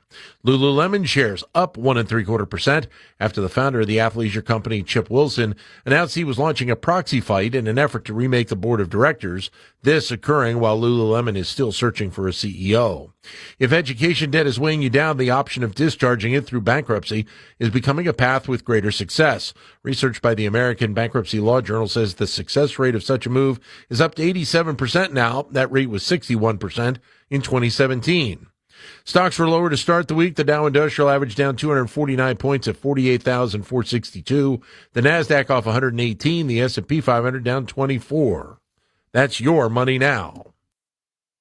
A new exclusive offer with an eligible Bank of America Visa credit card is your opportunity to go from cardholder to ticket holder for the FIFA World Cup 2026. For a limited time, when you're approved for a new customized cash rewards or unlimited cash rewards Visa credit card, you're eligible for a chance to purchase FIFA World Cup 2026 tickets. Learn more today at BofA.com/card FWC26. What would you like the power to do? Bank of America, proud to be the official bank of FIFA World Cup 2026. Bank of America N.A. in partnership with Visa. Terms apply. All rights reserved. CVS Health supports people in the moments that matter. From picking up a prescription to connecting care. With nearly 5 million daily interactions and serving 185 million consumers and 1.5 million healthcare professionals, CVS Health holds a trusted place in healthcare. By simplifying care and improving health, we're helping people get the care they need. Learn more at cvshealth.com/investor day.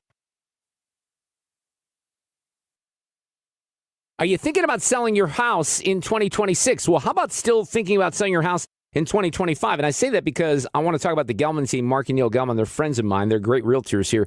But if you would call them today and you'd tell them that you want to put the house on the market in January, they'd say, no, let's get it ready right now because there are buyers all the time, and you shouldn't be afraid of the holidays. They like to say they're a marketing company that specializes in real estate. They do great work here in St. Louis. They have a proven process that gets you top dollar if that's what you want. You can also get an instant cash offer. They have options for you at the Gelman team. The Gelman team is with eXp Realty, and they truly are a team. You know, when they went and found me a home and sold our house, we had somebody assigned to the sell side. That was Stacy Cox. Matt Lamb was on the buy side, so he was helping us find our next home, and he hit it out of the park. And that's what the Gelmans do all the time. They have a great tool where you can even check out the price of your home if you're interested. Go to thegelmanteam.com today with eXp Realty, 314-336-1991. The Gelman team. One of the biggest gifts you can give your family is peace of mind. That's why I trust and recommend Civia Law. They've helped so many families, including mine, right here in our community with estate planning, wills, trusts, powers of attorney, and elder law issues. I've seen how stressful it can be when a loved one passes without a plan. Families are left confused, sometimes tied up in probate court, and it can cost so much in time and money. But with Civia Law, you don't have to worry about that. They'll walk you through everything and even deliver your completed documents in just 2 weeks from your first appointment. And here's something special just for you. Mention the Annie Fry Show, and the first 10 listeners right now will get a free strategy session. That's a $300 value. 833-995-WILL. Just be sure to mention the Annie Fry Show when you call. Civia Law has 7 convenient locations across Illinois and Missouri, including in Edwardsville, Swansea, and Creve Coeur. Secure your legacy and protect the people you love. Call 833-995-WILL. That's 833-995-WILL, or visit civialaw.com.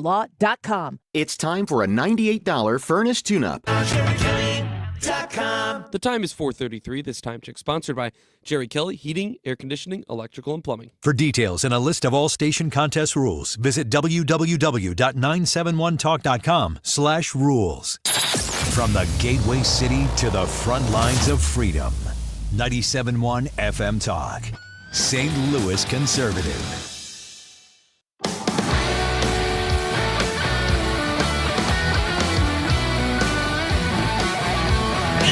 It's Joe Beamer in for Mark Reardon here on 97.1 FM Talk. Thank you so much for making us a part of your day today and every day. We are joined by Brent Sadler. He is a Heritage Senior Research Fellow on National Security at the Heritage Foundation and joins us now. Brent, good afternoon.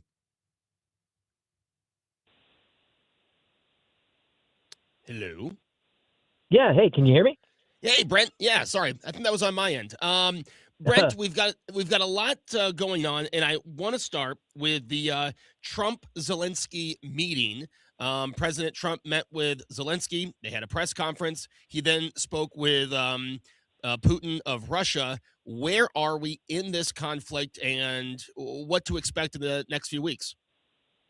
Yeah, I mean, it's an interesting kind of dance that's been going on for the last few months. I remain skeptical that we're going to have a breakthrough in a ceasefire to the war in Ukraine.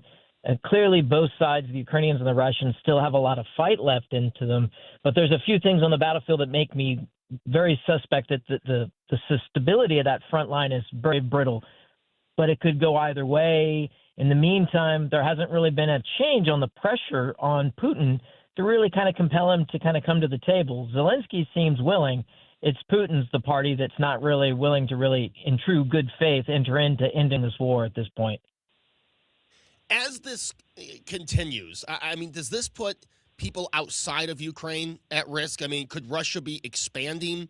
Where does this conflict move to if this continues for another year or so? Yeah, this argument's never really made sense to me, because after the first week into the war back in February 2022, it was clear that Putin was misled, or at least his intelligence agencies horribly misjudged the resolve and the capacity of the Ukrainians to resist. So the last thing the Russians would be able to do or want to do is to expand the war that they had already horribly misjudged and were at the risk of losing. So I still think that's the case. They want to keep the main thing, despite the bluster and the threats elsewhere. So call their bluff in many ways when Putin tries to threaten escalation elsewhere. So at least right now, I don't see that as likely. In the long term, say Russia resets, and it really matters how they end this war in Ukraine. If they reset and they decide they want to take a bite of someone else's territory, I think countries like Georgia should be on alert. I think the next, which is a far second, is NATO member countries like the Baltic states, because when you take on a NATO country, you take on all of NATO, and I don't think Russia's ready to do that.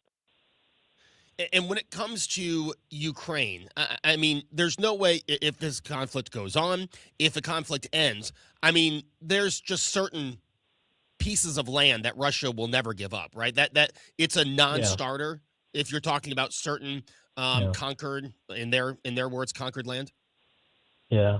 Well, the history kind of matters in this. And so Crimea was, before Ukraine, after the Soviet Union was dissolving, Crimea was kind of its own independent republic for a period of time. And the majority of the people there voted to join Russia, not Ukraine.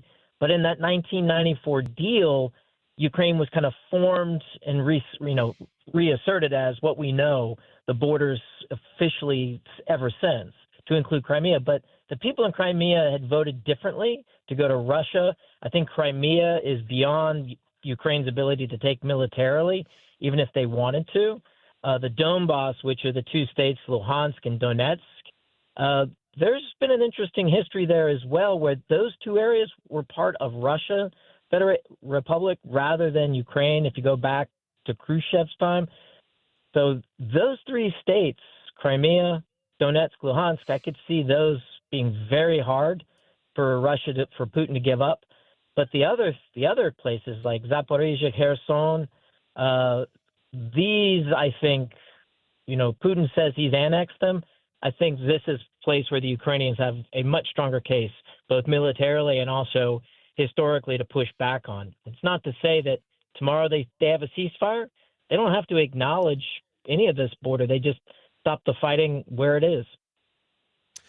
Now, Brent, moving over to China, as they have announced major military drills around Taiwan. What can you tell us about that and the significance of that? Yeah, so very significant.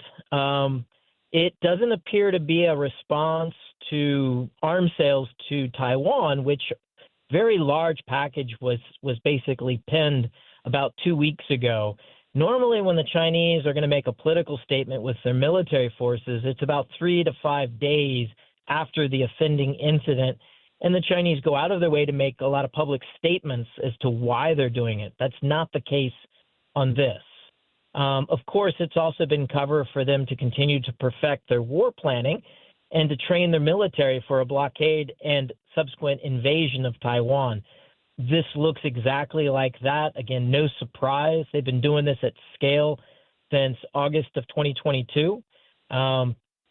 It's unusual that it's happening in the winter months because typically the end of the year you've got recruitment cycles, bringing in new sailors and soldiers that you have to train up. Normally you start at a basic level, and then the weather is not exactly, having been a sailor in those waters myself, not exactly the ideal time to be doing major military drills either. Now, I mean, at the end of the day, China wants Taiwan, right? Is that, I mean, that's the goal here? Yeah. Eventually at some point?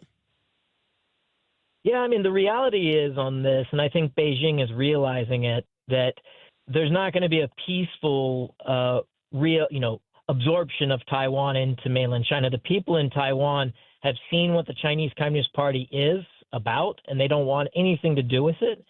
And over the last 10 years, 15 years, the people in Taiwan who had typically identified as Chinese are now increasingly identifying as Taiwanese, which means this peaceful reunification kind of idea over time is evaporating. And Xi Jinping knows it, and he's getting anxious.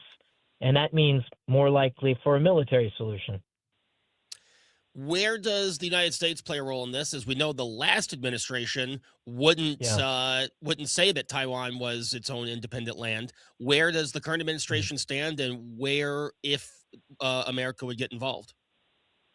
Yeah, so our official position, U.S. government's official position, going all the way back to the 70s with Nixon's great rapprochement to Beijing, has been that the United States takes a position that the dispute between the Chinese nationalists in Taiwan and the Chinese Communist Party in Beijing is a dispute to be resolved peacefully, and the United States would work to ensure that it's resolved peacefully.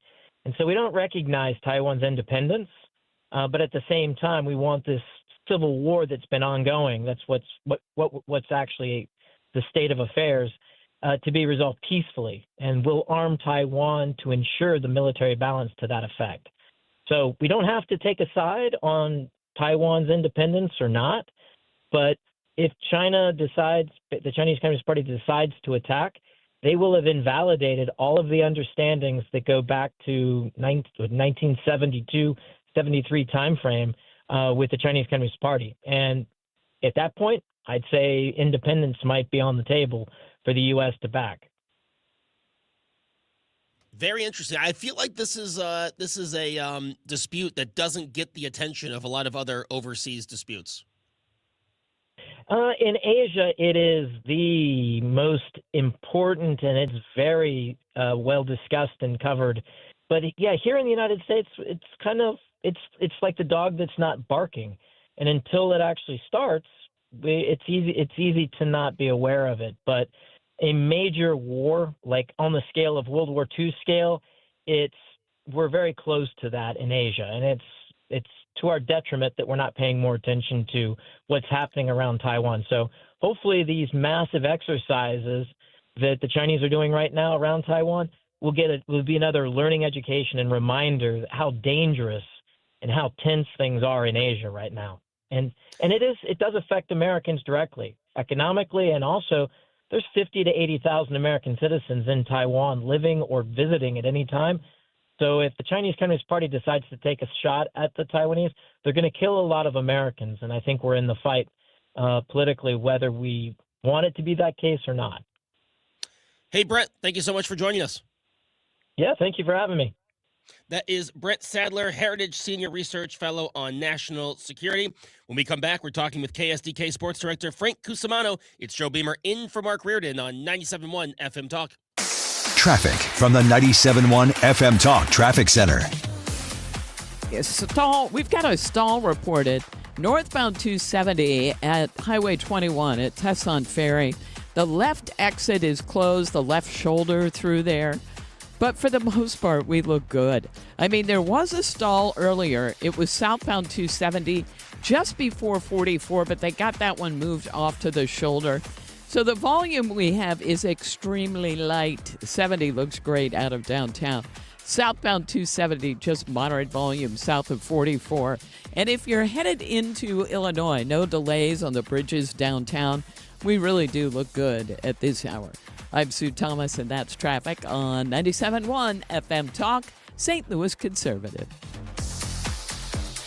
Hey, it's your main man, Jimmy Fallon, and I am headed your way. Saturday, January 24th at the Factory in Chesterfield. We are defunding the joke police. So grab your tickets at 971fmtalk.com/events, and I will see you in the loo. Hey, Stewie, I'm hearing mortgage rates have plummeted. The Fed's making moves. Is this the moment where folks can start saving some money? Annie, I'm so excited, and you should be too. This is a great opportunity. Now, there's numerous ways to go ahead and save money. One is go from rate A to rate B, reduce it at no cost with the bagel loan, and save $100, $200, $300, $700 a month. Another way is to reduce the term. We took a customer, went from 29 years left on the loan to 20 years. Their payment went up $35 a month, and guess what? They saved $170,000 in interest. Does that mean we should wait, or should we act right now? Well, that's a good question. People ask me this all the time. The Federal Reserve is going to cut the rates. Maybe I should wait. No, the market goes ahead and adjusts for potential rate cuts in the future. So the rates are typically lower than when the Federal Reserve actually does something about it. So go ahead and refinance now. Later on, if rates go ahead and drop, we can always refinance you for free again with the bagel loan. Contact my friend Stewie at 314-324-4440. Google the bagel loan and MLS number 226715. He's Donald Trump's #1 enemy in Congress, Chicago politician Dick Durbin. Now, Durbin has a new scheme. He's doing the dirty work to benefit corporate megastores. Durbin's bill could cut corners on your credit card security, putting your personal data at risk. Big chain retailers and warehouse stores want to inflate their profits, and liberal Dick Durbin would help them do it. Tell senators, say no to the megastores and Dick Durbin. Paid for by the Electronic Payments Coalition. When storm damage strikes or it's just time for a new roof, call my friend Cornelius at C. Marion Roofing. This is Ryan Wiggins. I've used him multiple times for roofs and bathrooms. He's licensed and insured for both homes and businesses. Start to finish, he'll handle your insurance claim and get you the job done right, fast, reliable, and with quality you can count on. I can testify to that. Call C. Marion Roofing today, 314-399-2140. That's 314-399-2140. Or type in C. Marion Roofing for all your projects. This holiday season, when you get them Steel, batteries are included. Buy select battery tool sets and get a free extra battery. Visit SteelUSA.com for gift ideas and seasonal savings. Happy holidays from Steel. Offer valid for a limited time only at participating dealers while supplies last. You're listening to The Mark Reardon Show on 97.1 FM Talk, St. Louis Conservative.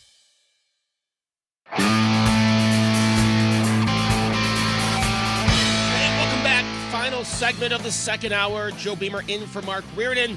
And we welcome back on KSDK Sports Director Frank Cusumano. Frank, happy Monday.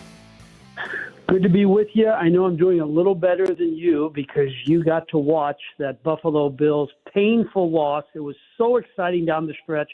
And you never see Josh Allen make a bad play at the end of a game. That was tough. It was tough, but Frank, I mean, given that opportunity, I'm still going with Josh over Mike Bagley.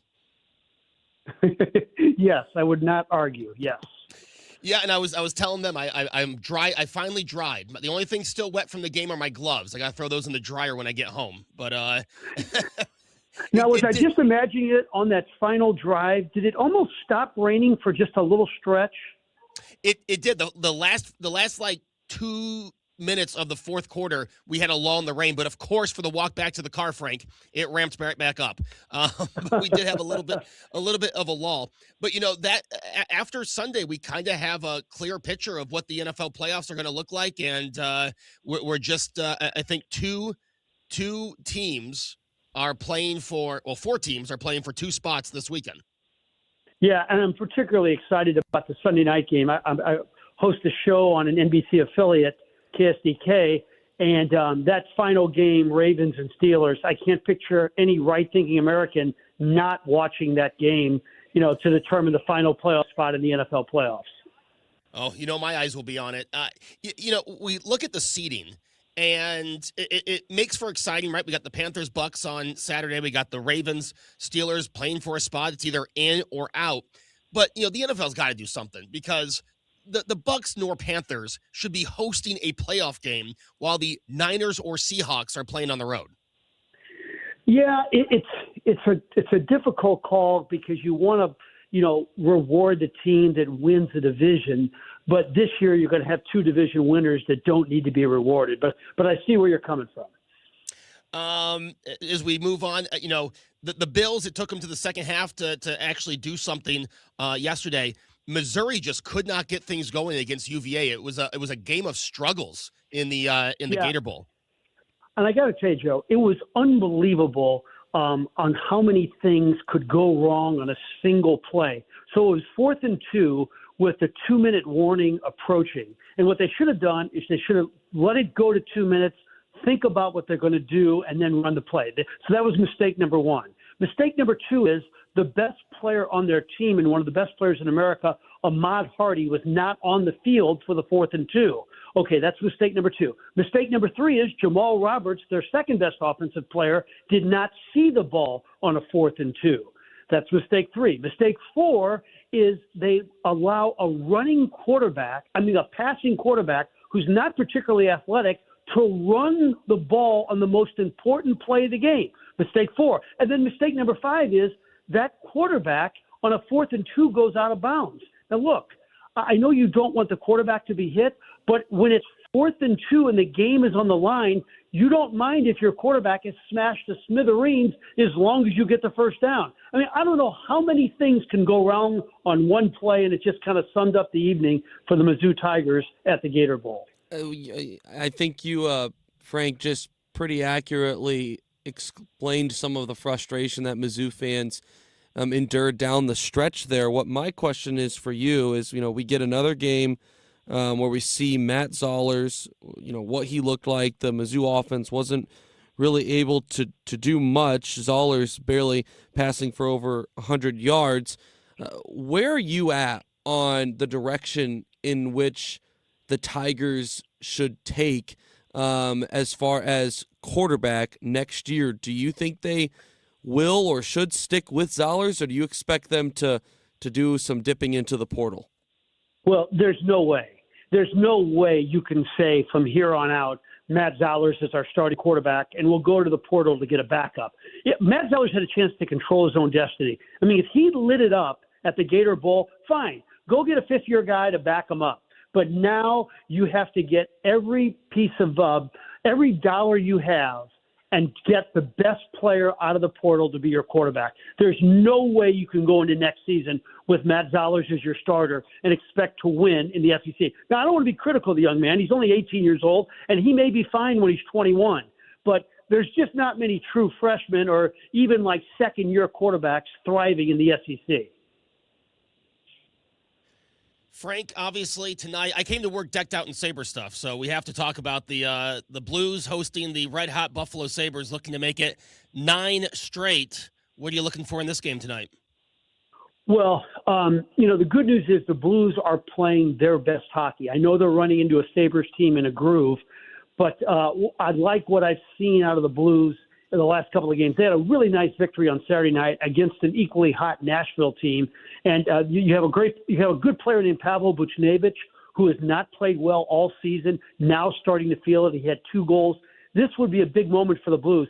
Joe, despite everything that has gone wrong for the Blues, as of yesterday, they were 1 point out of the final playoff spot. So this is a big game for the Note tonight. There's no doubt about it. And then after all of that, Frank, things are starting to look in the right direction. You're getting healthy. Kyrou and Snuggie come back. And now Pius Suter's going to be out for at least 4 weeks. They just cannot catch a break. Yeah, that was tough news to get on Sunday that he's not going to be around for a while. But, when you hit Snuggerud and you have Kyrou back, that's big news. Frank, final question. Well, final one from me. The Cardinals, what are their plans at first base? As Ethan talked about how warm it was a few days ago, and he was ready for baseball. So what are the Cardinals doing at first base?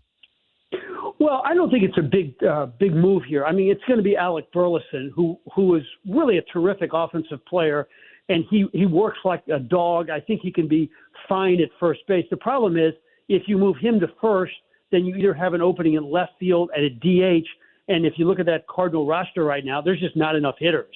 I mean, you can't rely on Lars Nootbaar, who's coming off double heel surgery. Jordan Walker and Victor Scott have not hit.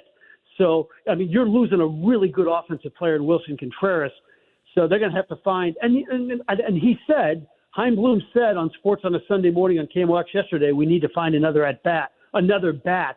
And I would not be shocked if they don't kick the tires on Harrison Bader, the former Cardinal who's 31, and he's coming off a terrific offensive player. That's the kind of guy you're going to bring in. You won't bring in a big name, a huge, expensive bat, but a guy like Bader may be interesting. He's certainly better than what they have now. It feels, Frank, up to this point, at least from my perspective, that Chaim Bloom is backing his words that he spoke in his end-of-season press conference, talking about the direction in which he wants this team to head. We've seen Sonny Gray get traded away, Wilson Contreras, and the acquisition of Dustin May. How do you feel so far? You know, we're probably about halfway through the offseason, about the job in which Chaim Bloom has done, you know, kind of getting this team in the next phase of where they want to go.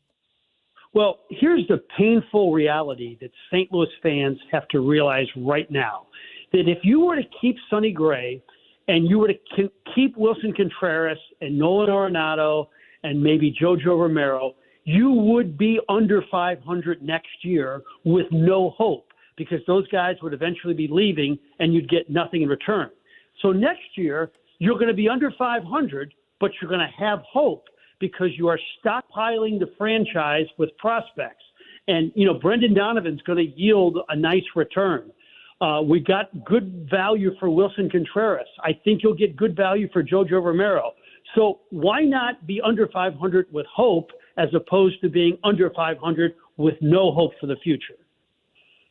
Frank, always great catching up with you. Have a very happy New Year, my friend.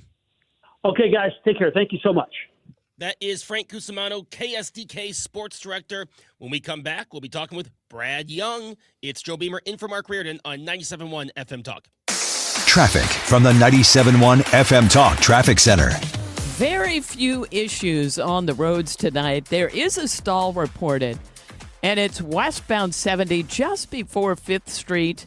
Watch for that in the right lane and also the right shoulder blocked.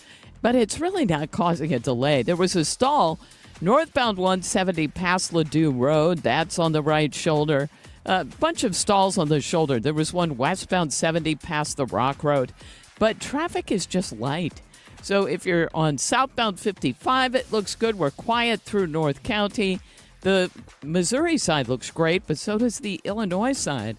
And we are fine on the bridges downtown. This report brought to you by Aspen Contracting, roofsbyaspen.com. Is your home siding cracked, faded, or storm damaged? Aspen has the materials, manpower, and project managers to get the job done fast. Don't let your home become an eyesore. Call Aspen today for your free siding inspection.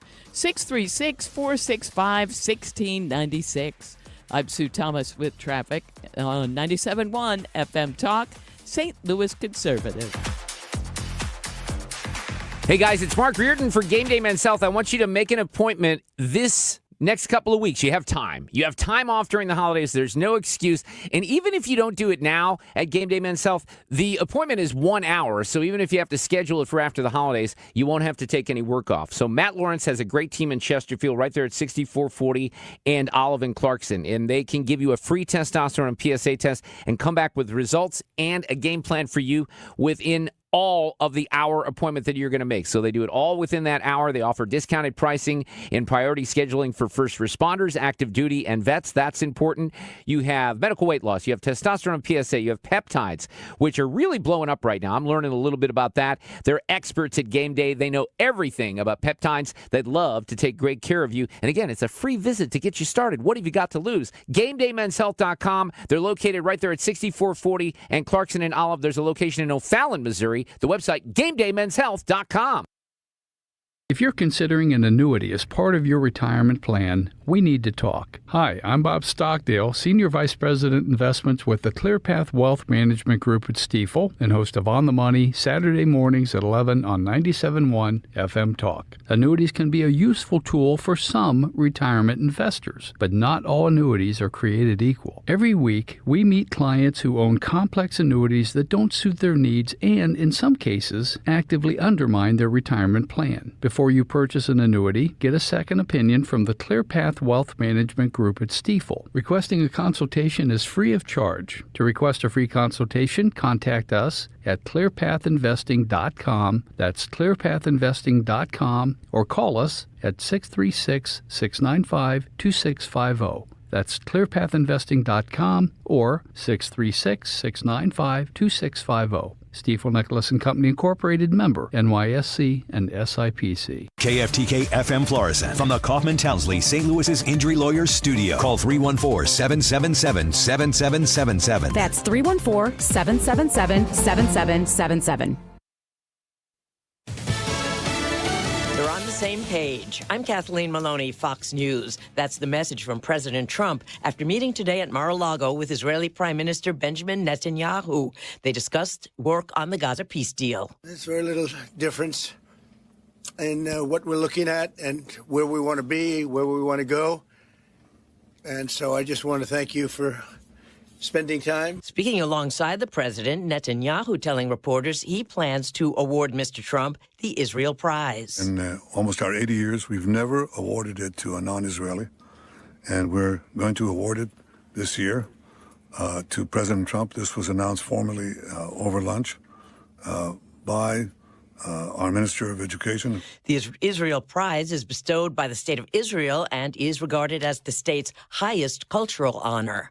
New York Mayor-elect Zohran Mamdani has been facing criticism after announcing his new fire department commissioner, Lillian Bonsignor, who becomes the second woman and the first openly gay person to be selected for the position. Bonsignor does not have operational firefighting experience. New York City Mayor Eric Adams joined the story with Martha McCallum and was asked his opinion on the pick. I don't think that's up to me. I think that's up to the people of the city. They elected him to be the mayor. And if he made that decision, that's a decision he's going to have to live by.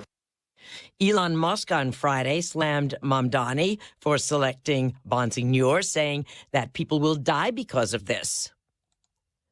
The second pilot involved in Sunday morning's helicopter collision in New Jersey has died. Police in Hamilton, New Jersey, say Keith Kirsch was airlifted to a hospital following the crash, but he later succumbed to his injuries. The other pilot died at the scene. America is listening to Fox News.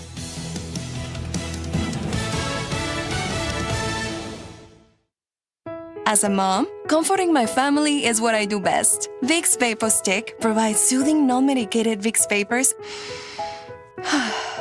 in an easy-to-apply stick, and it dries fast, so there's no mess. I use it to comfort myself and my family. Thanks, Mom. Vicks VapoStick, soothing comfort for the whole family. And try Vicks Vapo Shower Max for steamy Vicks Vapors when you need more comfort for yourself. Use as directed. 10 athletes will face the toughest job interview in fitness that will push past physical and mental breaking points. You are the fittest of the fit. Only one of you will leave here with an iFit contract for $250,000. This is when mindset comes in. Someone will be eliminated. Pressure is coming down. Trainer Games on Prime Video January 8th. Watch the trailer on trainergames.com. Air Comfort Service, heating, cooling, and insulation. Weather. I promised a shock to the system, and winter is back. Though lots of sunshine this afternoon, it is windy and it is cold. Bundle up. 28 for the high. Tonight, clear and cold. Winds fade. 17 for the overnight low. Tuesday, sunny and cold. 35. Wednesday, sunny and 45 for the New Year's Eve. It's cold, 27 degrees, but quiet. New Year's Day, partly sunny and 39. This is 97.1 FM Talk. Chief Meteorologist Dave Murray. This hour of the Mark Reardon Show is sponsored by Gamma Tree Experts. Your trees deserve the best care. Call Gamma Tree Experts. This is the Mark Reardon Show on 97.1 FM Talk.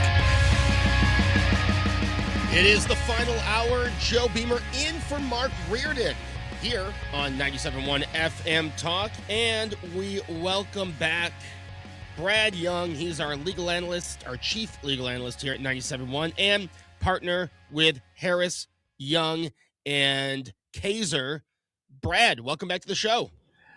Thanks, Joe. It's Kaiser. And by the way, do you have a legal analyst as good as I am at your station in New York? No, why do you think I always ask you to come on? Just checking.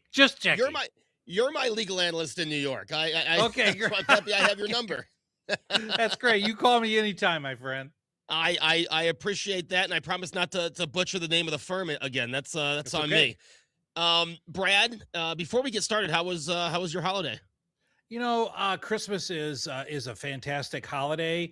We get to celebrate the birth of Christ. We get to hang out with family, and it's a great time, and I enjoyed it immensely. It's one of my favorite times of the year. I was telling them I usually like to keep my decorations up for weeks after. I don't know, something about I'm ready for 2026, and save the decorations for next year. I don't know what's going on with me. Well, you know what? It is pretty efficient if you just put them up and leave them up all year round. But sometimes your neighbors just might think you're lazy. Yeah, well, I did tell my wife we should put the Christmas tree in my son. We call it the ballroom, my son's playroom. It would just be a nice aesthetic, and then November 1st you bring it downstairs. Yeah, perfect. And look, it'd be easy peasy, and you're ready to go. Exactly. Brad, today we had the hearing for Tyler Robinson, and a lot of the focus was on cameras in the courtroom. What exactly happened in Utah this afternoon? Well, with regard to cameras, and there were some other issues too that I want to cover, but with regard to the cameras, here was the initial issue. Whenever there was a preliminary hearing a couple of weeks ago, and Tyler Robinson was brought in, the camera crew that was in there showed Robinson on the feed, and he was shackled. And so the judge immediately ordered that camera feed to be cut because it could prejudice a jury. All right. The jury pool has not been picked yet. And so if they show a defendant literally shackled, not just in handcuffs, but shackled, that could potentially prejudice people who may eventually get picked for a jury. So the issue was, what will the judge allow? Now, both under federal law and under state law in Utah, there's a presumption of permitting electronic media in the court proceedings, subject to case-by-case rules. Now, the judge here specifically ruled today that there would be access, although the judge did not go into enormous detail about what access would be allowed. But he also stated that Robinson could wear civilian clothing, and while he must be restrained during any hearings, they're not going to show him being shackled, again, for the same reasons I just talked about. See, those are one of the negatives, but what are the other pros and cons of having the cameras? I think obviously when I think of a televised court hearing, we all think of OJ, but we also had the Murdaugh one just a few years ago that got a lot of people watching. What are the pros and cons of having the camera crew there? Well, we actually study this a lot in law school, Joe, and the pros and cons are kind of what you would think. The pros are that the public has a right to know. I mean, this individual allegedly committed, is Tyler Robinson allegedly committed and is charged with committing a murder. That's a public crime, and the courts are open and public. It's important for the public to see how the justice system works. On the negative side, I've already mentioned one of those negatives, and that is that it could potentially prejudice either a jury pool, or when the trial actually gets started, it could prejudice other members as they're going through what's called voir dire. It could also prejudice that jury pool. But also there's a bigger issue, and that is that the issue is trying this case. And sometimes, like in OJ, you had a situation where the lawyers were really trying the case for the court of public opinion as much as they were for the judge and the jury.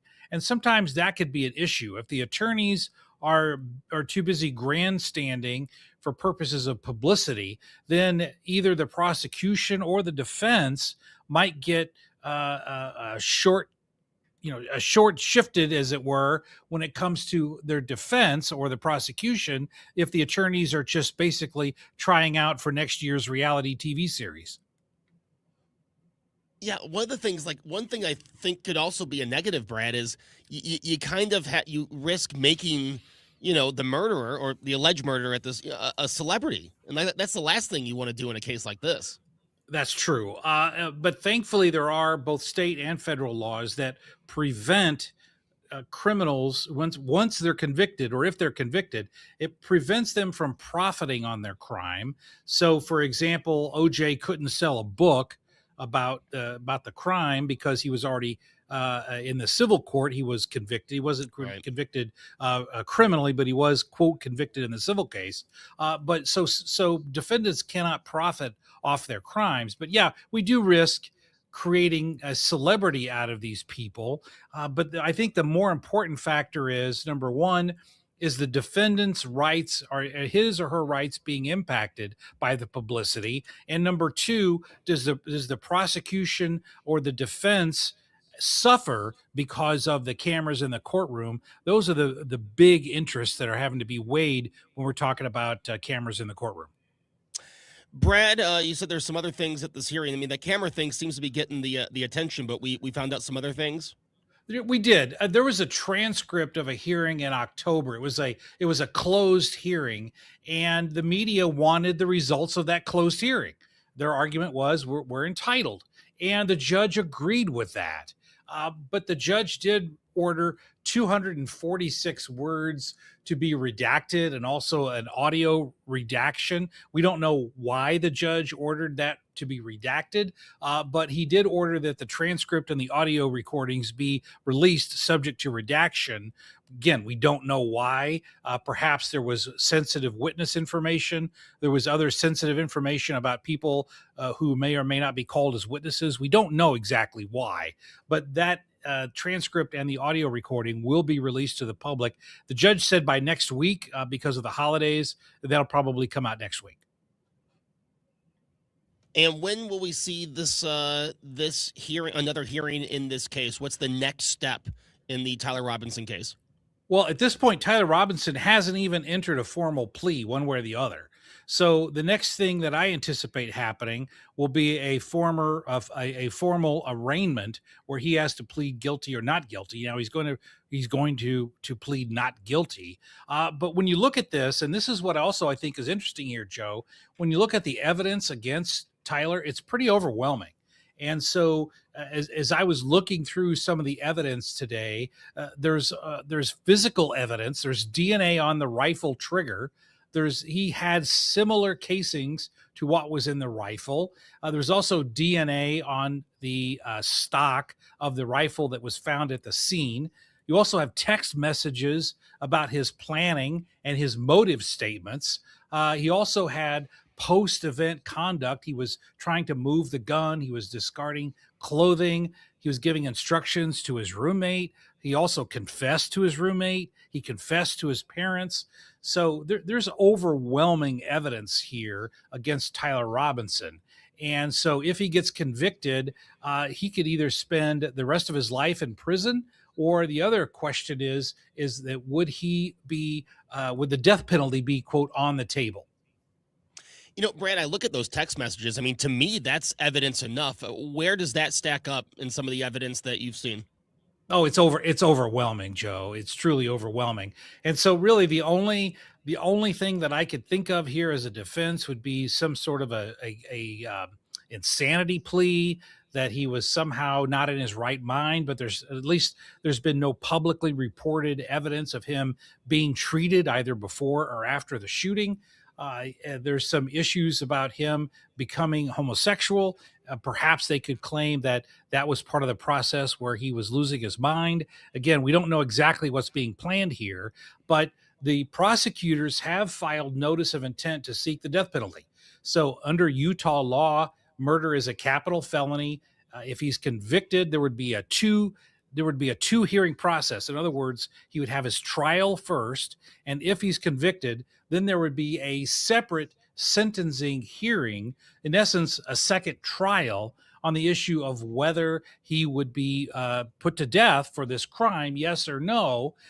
Utah, I looked this up today. They have lethal injection available, but there's also something else interesting. They recently enacted legislation in Utah that allows for a firing squad if the lethal injection drugs are not available. So we really haven't seen a firing squad execution in this country, I think, since the 70s. But we could see that here if the lethal injection drugs are not available. Of course, that presumes he's convicted. And as of today, obviously, he's still presumed to be innocent. Wow. What's the latest someone can enter a plea? Well, that's all dependent. It's really just a procedural issue about when pleas are entered. You know, we see on TV all the time that they have to be hauled in within a certain amount of time, but all of that is all subject to negotiation. So I anticipate that there'll be an arraignment and a plea given within the next 30 days, because there probably will be some additional motions filed. For example, I anticipate motions being filed to suppress evidence based upon illegal search and seizures. I don't think there's any evidence that would indicate that evidence rather should be excluded. I think it'll all come in, but any defense attorney is going to try to get that evidence excluded before they make a decision on how they plea one way or the other. Now, you mentioned temporary insanity, and that brings up the Nick Reiner case that we will be seeing another hearing at the start of the new year. You know, Brad, that seems like another one that, the evidence seems to be piling up against Nick Reiner. How do you think that one's going to go? Well, that's not a case that I've dove into a great deal. But I do know that, and it's been widely publicized with Nick Reiner, that he's got struggles with addiction, that there's also a history of him being treated for mental illness. So we also have evidence at the party. I think it was at, I forgot whose party it was right before the murder happened, another celebrity. But there was evidence that he was acting erratically. So, those are all things that can be developed into an insanity plea defense. We don't have any of that evidence, as far as I know, as it applies to Tyler Robinson. But certainly in the Nick Reiner situation, I would virtually guarantee that that's going to be their primary defense to the case, because there's evidence to support that he was maybe not in his right mind at the time the murders were committed. Whereas with Tyler Robinson, at least so far, we don't have any evidence that he was undergoing psychiatric treatment or had been treated for drug addiction like we see in the Nick Reiner case. One other thing, Brad, we learned, I think it was last week or maybe the week before, that an Obama-appointed judge has put a hold on the order to stop using red dyes, and it's just, to me, it's just another example of activist judges. Am I looking at this too harshly? It just seems like anything that comes up, I don't ever remember an administration being being blocked so much by courts. Am I wrong? Is it just getting more attention now? No, you're not wrong. We're seeing this over and over and over again. If you look during Trump's first term, it was very common. I think it's even more common now. Some people have complained about all the Supreme Court action with regard to Trump so far, even this year. But the reason why the Supreme Court has had to get involved as often as it has is because lower courts, I think, have just ruled against him because it's Trump, right? So then when you receive that, you got to keep going up with the appeal. So Trump has won a lot at the Supreme Court. He's also lost quite a few at the Supreme Court. But you know what they say with lawyers, the only way you win big cases is if you lose big cases. All right, you win or you lose, but you got to have the big cases. So the only way you're going to win is challenging these things from Trump's perspective, and he's doing that. But yes, you're exactly right. There's been a lot of lower court rulings against him, and that's why you're seeing so many appeals when it comes to basically anything that President Trump wants to do. Speaking of the Supreme Court, this is my last question. In New York State just passed the green light law, so now illegals can get licensed in the state of New York. Is there any any kind of movement? Is there any kind of case that the Trump administration could bring that the Supreme Court at the federal level could shoot that down, or because it's a state thing, it's kind of out of Trump's purview? Well, it is pretty much a state thing. This green light law, it's officially known as the Driver's License Access and Privacy Act. That went into effect, but in February, maybe you weren't aware of this, but in February, the U.S. Department of Justice filed suit claiming that New York's law conflicted with federal immigration authority and it potentially violated the Constitution's supremacy clause. That case was dismissed I believe it was dismissed a week ago, maybe 10 days ago. I don't recall the exact date, but that case was dismissed because it was deemed to be a permissible exercise of state authority over roads and insurance. So that dismissal is going to be appealed. So once that dismissal is appealed, Joe, we'll have a better handle on whether the feds can do anything about this or whether it will simply be deemed, New York being able to take care of their own highways. Yeah, but if you have a license in New York, Brad, that person could drive over state lines and just be as dangerous to you as they are me. Absolutely. And the other issue that it raises is that under the Constitution, and we got into this very early on with the gay marriage debate. In other words, if he's licensed as a driver in New York, if an illegal is licensed and recognized as a licensed driver, does that mean that Missouri has to recognize that as being a valid driver's license? We don't know the answer to that question. The Constitution says that each state has to recognize the laws of another state. So, for example, if you get married in Las Vegas, it's valid everywhere. The question is, would Missouri or Illinois have to recognize that an illegal immigrant is a licensed driver? Boy, I don't know how the courts would rule on that one. Very interesting. Very interesting. Hey, Brad, it is always great talking with you, and I look forward to talking with you again in the near future. Have yourself a very happy new year. Thank you, my friend. Call me anytime. Always happy to talk to you. Oh, I will. That is Brad Young. He is 97.1's chief legal analyst and partner with Harris, Young, and Kaiser. When we come back, we're talking more. And Jeff Mordock will be with us in the segment after that. So much more to come here on 97.1 FM Talk. Traffic from the 97.1 FM Talk Traffic Center.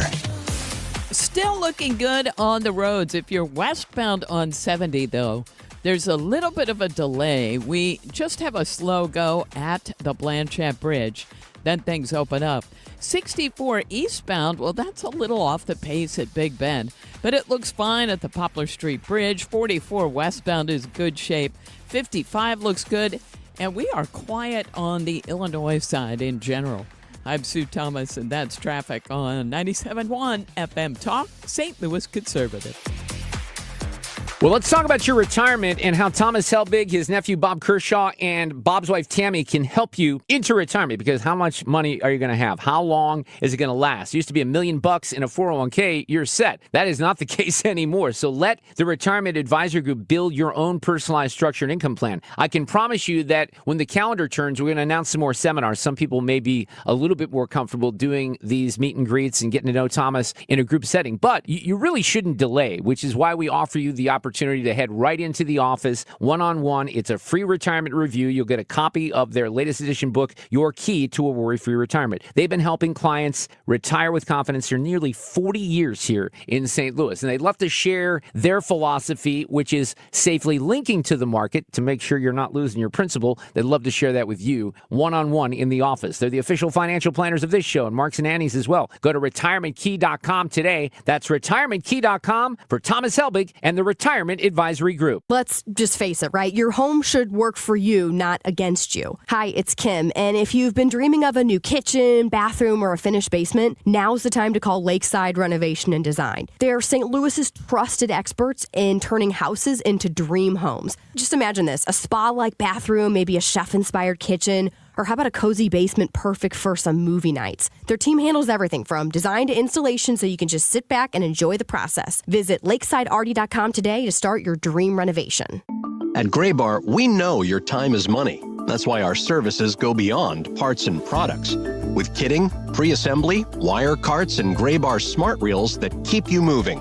We stage materials and manage logistics so you can spend less time sorting and more time installing. And with locations nationwide, we deliver when and where you need it, working to make your job easier every step of the way. Yep, Gray Bar does that. Mark Reardon, Sue Thomas. This is The Mark Reardon Show.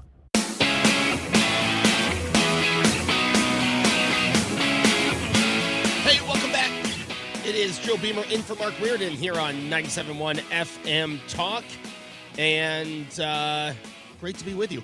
I was telling you about the weather here in Buffalo, and I saw this during the break, and it just ticks me off. So we had the waves off of Lake Erie were crazy, splashing up. I mean, obviously every news station was there with their reporters, just getting drenched with like this icy cold spray that was coming from the lake.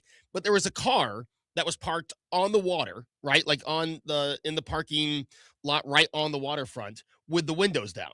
And everyone was focused on this car today with the windows down and it's sitting there. And, everyone's like, what idiot left their car there? And now, you're thinking either it's stolen or it's an insurance claim. Well, we just found out, the car was reported stolen. So, someone steals a car, rolls all the windows down and puts it on the waterfront just to get completely ruined by the water. I hope they find the person who did that. That just makes me, I drive a very simple, basic, no frills car. Okay. This car that was on the waterfront is a nice souped up BMW and someone stole it just to ruin the car. I don't know. I hope they find this person and throw the book at him. But since it's New York State, they'll find him and say, okay, don't do it again. And he'll be back on the street in less than 24 hours. It's probably true. It's disgusting, but true. It is. And, Sue, you're talking about the red, white, and blue confetti that's going to be falling on New Year's Eve. Mm-hmm. It's just, you have that American has that sign of America 250. And then, a guy's going to get sworn in hours later who, let's be honest, hates most of the things America stands for. Like it's crazy the direction of things throughout New York State. And the fact that I'm still here is another, I guess, surprise. I'm sure it's really disheartening. I mean, for the rest of the state, when he was elected, the rest of the country were all like, okay. How'd the state take it? New York State. Unfortunately, you got a 3-1 Democrats, and Buffalo just elected an older version of Mamdani will be our mayor. He's very socialist leaning. It's just more people moving out, unfortunately. And, we always, on my show, I always talk about, Lee Stefanik, she's not running anymore. The problem is it's a less chance that anything's going to change when the people who would vote for that change have been so fed up because they lost their business during COVID or, they're taxed up the what, and they're already in Florida. They're in Ohio. They're in Missouri. So many people have left, and the problem is the people who are leaving are the people who would have voted for any kind of change. So it's disheartening just at every way you look at this. Yeah. But I'll keep on rooting for my Bills and my Mets, and then complaining about everything else in this state. But yeah, I hope they find the criminal. I always say that. I hope they find the criminal because that's just, number one, car thefts in New York State are up this year. No surprise. And number two, just what you're stealing it just so you can ruin it. Like someone gets a thrill off of that. It's I don't know, just makes me mad. And like I said, I can't relate. I don't drive a souped up BMW. If someone took my basic model Chevy Trax, I'd still be just as upset. Right. And ruin that on the waterfront. Exactly. When we come back, we'll be talking with Jeff Mordock. He joined us on Friday talking about the meeting that took place yesterday. We'll catch up with him on the meeting that took place with Zelensky, the meeting that took place with Netanyahu. He was there for both of them. And the administration, how they are handling the accusations of fraud in daycares in Minnesota. So stay tuned. We'll be right back after this. Traffic from the 97.1 FM Talk Traffic Center. We have looked good on the roads this afternoon, and that really does continue to be the case. If you are headed into Illinois, we look fine on the bridges downtown. Now, there was a stall on the Missouri side, westbound 70 past the Rock Road. They moved that one off to the shoulder, and we had just a little bit of a delay on 70 around the Blanchette Bridge. Well, that's gone. Things look fine through there now. Eastbound 40, a little slow at Big Bend, and that's it. 55 is in good shape. Generally a really good commute, as we should have all week. I'm Sue Thomas, and that's traffic on 97.1 FM Talk, St. Louis Conservative. Hi, I'm Joe Cordell of Cordell & Cordell, America's largest family law firm. During this time of year, difficult relationships sometimes become impossible. If you or someone you care about is facing a family law issue, let us set up a 1-hour Cordell Consult. The Cordell Consult is a meeting with a local attorney who will give you clear guidance about your options, whether it's a separation, a postnuptial agreement, divorce, or custody. CordellCordell.com. The choice of a lawyer is an important decision and should not be based solely upon advertisements. 600 Kelwood, St. Louis. In sitcoms, when someone has a problem, they just blurt it out and move on. Well, I lost my job and my parakeet is missing. How was your day? But the real world is different. Managing life's challenges can be overwhelming. So, what do? We get support. The Huntsman Mental Health Institute and the Ad Council have mental health resources available for you at loveyourmindtoday.org. That's loveyourmindtoday.org. See how much further you can go when you take care of your mental health. Hey, good morning. You're heading to the airport, right? Yep, thanks for checking. I like the car. How long have you been a rideshare driver? About 3 years now, but I really enjoy it. Isn't it hard to make money these days with the price of gas being so high? Not for me. I use Upside, the free app that gives you cash back for every gallon of gas you buy. Wait a minute. Are you saying you actually get real money back when you get gas with the Upside app? Yep, I get real cash back every time I get gas. Does that actually add up to anything? I'll make around $200 to $300. Wow, that's serious extra cash. I'm downloading the Upside app now. Download the free Upside app now to earn real cash back every time you buy gas. Use promo code NEXT for an extra 25 cents per gallon bonus on your first tank. You can cash out anytime right to your bank account, PayPal, or a gift card for Amazon and other brands. Just download the free Upside app and use promo code NEXT for a 25 cents a gallon bonus on your first tank. That's code NEXT. It's time for a $98 furnace tune-up. The time is 5:31. This time check sponsored by Jerry Kelly Heating, Air Conditioning, Electrical, and Plumbing. Born in the Midwest, built on common sense. 97.1 FM Talk. St. Louis Conservative.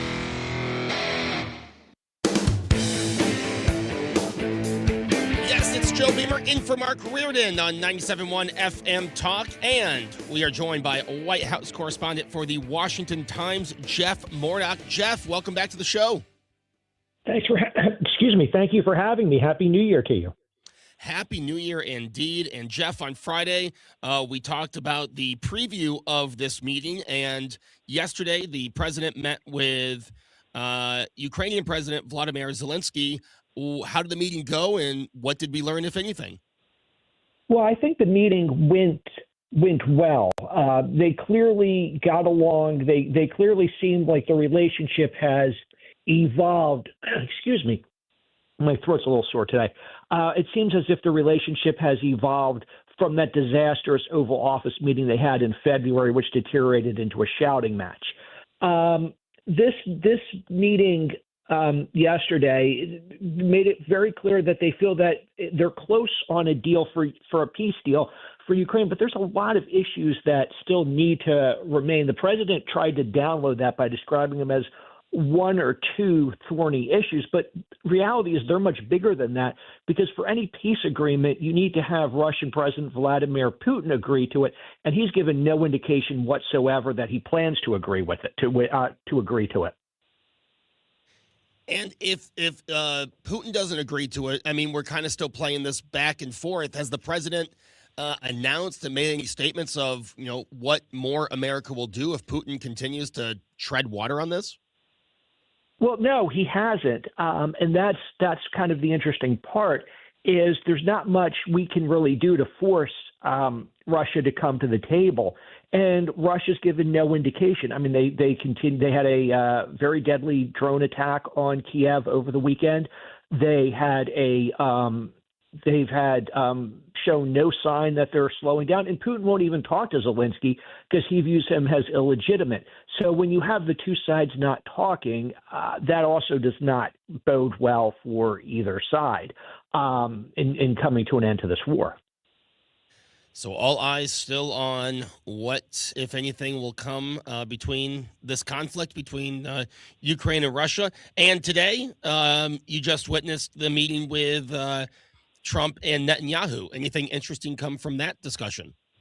The most interesting part of that discussion was President Trump threatening Iran with very powerful consequences if Iran starts to restock its missile arsenal or rebuild its nuclear program following the U.S. strikes this summer.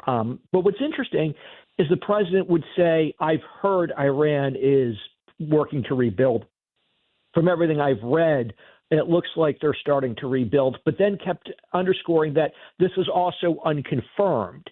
And then he said, but Iran may be behaving badly, and where there's smoke, there's fire. But he did not offer any more specifics. So he seemed to be downplaying it, but also possibly hinting at Iran doing something else that may be concerning. It was interesting, though, that he did not want to go into specifics, but kind of kept hinting that there's something that was going to require the U.S.'s attention. So fair to say the president will not let that be rebuilt. That is a deal breaker, and we'll be back on that if they dare, right? That's exactly right. In fact, the president used the podium today alongside Prime Minister Netanyahu to encourage Iran to come to the table and start negotiating and try to come up with, and try to work this out before it goes to the military action that he's threatening. And he made it clear. He made it very clear because Iran is both rebuilding its missile stock that was destroyed in the Israeli attack, as well as its nuclear capabilities, that we destroyed back in June.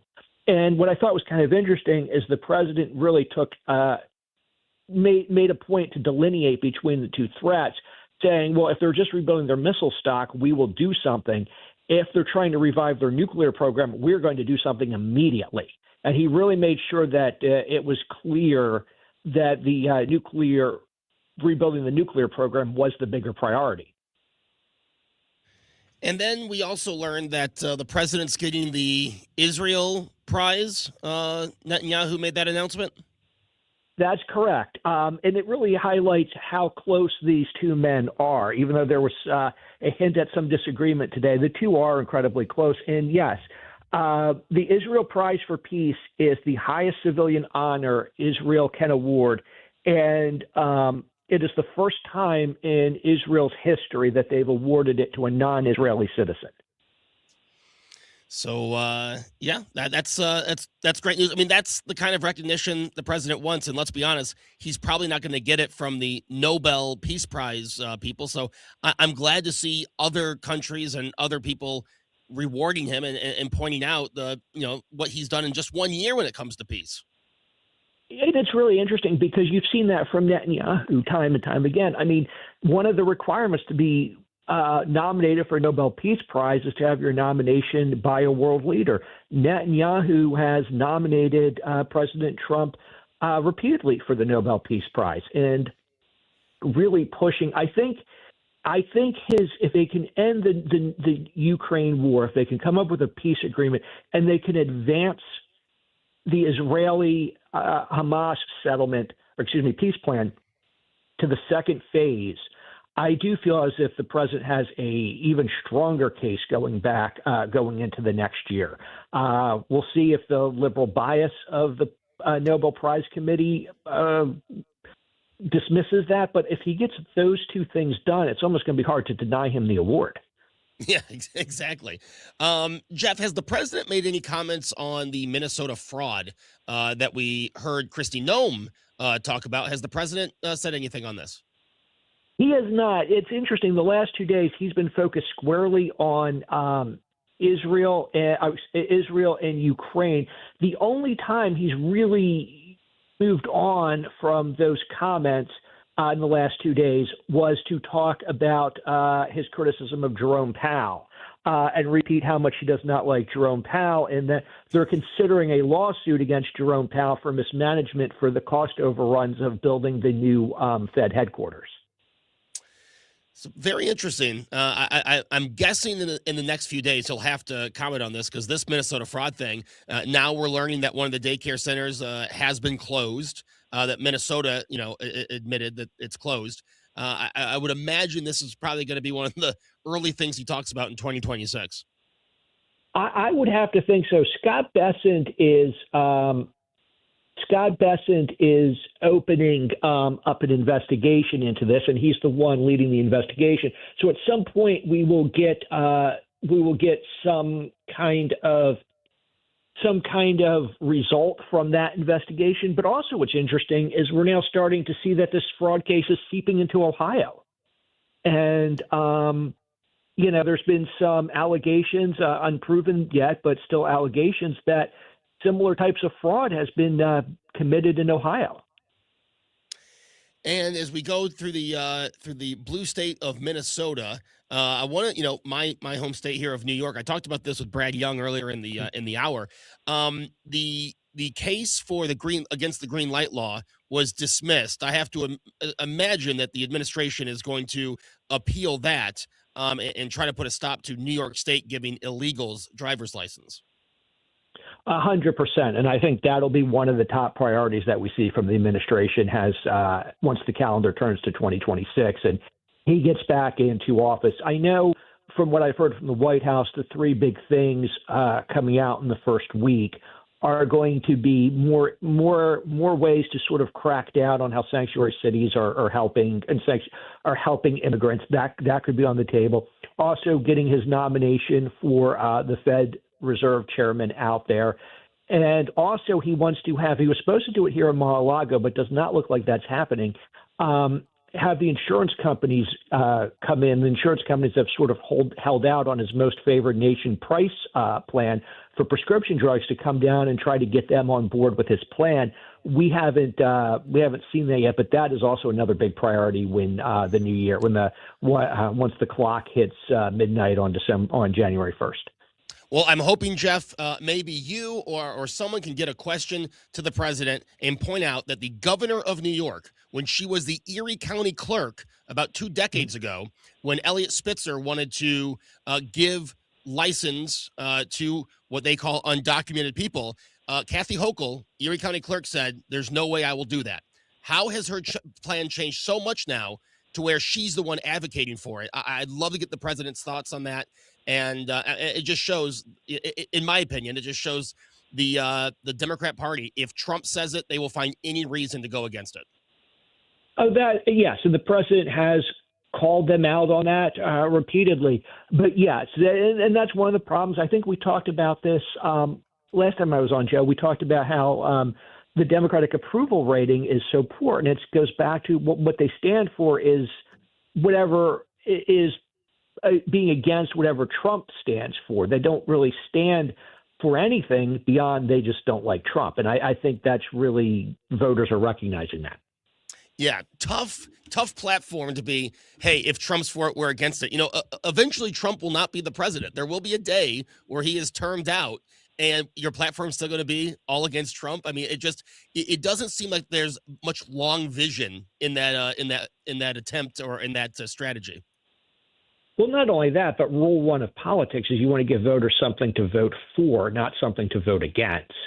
And all they're offering is vote for us because we'll be against Trump, rather than offer what they will do if they return to power. I mean, you listen to them talk about if they return to power in the midterms and everything is an investigation into Trump or impeachment into Trump.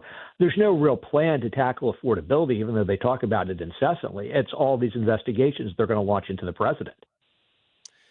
Oh, yeah, we'll have to wait and see, Jeff, and I know we'll be talking about it again in 2026. Hope you have a very happy new year, and it's been a pleasure talking with you throughout 2025. You too, Joe. I look forward to talking with you in the new year. Happy New Year to you. That is Jeff Mordock. He is the White House correspondent for the Washington Times, covering the president at Mar-a-Lago. Again, the president had a meeting with President Zelensky yesterday and Prime Minister Netanyahu today. It's been a busy day for President Trump, and I believe he's now on his way back to the White House, or will be. And that Minnesota fraud thing, I'm telling you, that is something that you know, a week or so ago wasn't getting much attention, and now I mean, it's still not getting much attention from the networks, but you are seeing much, and this YouTuber went out there and has really exposed it. And like I said, in the last hour, we heard from one of the departments in Minnesota that the Quality Learning Center, yes, they spelled learning wrong, had been closed, and we're starting to get more from the federal look into this. So one big mess. And, of course, Tim Walz at the center of it. We'll keep our eye on that one final segment, which will bring you the cut of the day. After this, it's Joe Beamer in for Mark Reardon on 97.1 FM Talk. Traffic from the 97.1 FM Talk Traffic Center. We look great on the roads. No problems through North County. Eastbound 70 in good shape. Eastbound 64 is a little bit slow, though, right at Big Bend. And then it opens up and looks fine. 270 southbound is in great shape, headed down toward 21. 55 looks good. And we look good on the Illinois side in general and on the bridges downtown. This report is brought to you by Aspen Contracting. Roofsbyaspen.com. Is your siding dragging down your home's curb appeal?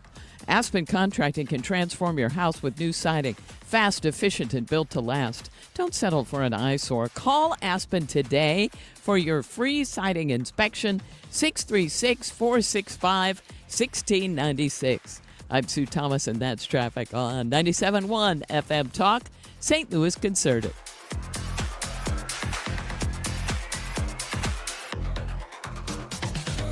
Hey, it's your main man, Jimmy Fallon, and I am headed your way. Saturday, January 24th at the Factory in Chesterfield. We are defunding the joke police. So grab your tickets at 971fmtalk.com/events, and I will see you in the loo. Well, I want to talk about Susan L. Ward, who is a family practice attorney, and this is the time of year, a lot of people, you might be in this situation, so I might be talking to you right now, where you're trying to get through the holidays, and then you've already known what decision is going to be made about your marriage, and then you call Susan. And I know this because she has told us in the past that her phone rings off the hook after the first of the year. There is another option. And I get it. You know, people are a little hesitant to make some calls. Get in touch with her as soon as you can, because you're going to get some advice that you may really need as far as not making mistakes moving forward. And Susan and the team are outstanding. They're experts here in St. Louis. They have a brand new office, by the way, that opened in May. It's beautiful. It's at 270 in Manchester in De Pere. They can handle anything related to family law, and they've been doing it for 3 decades here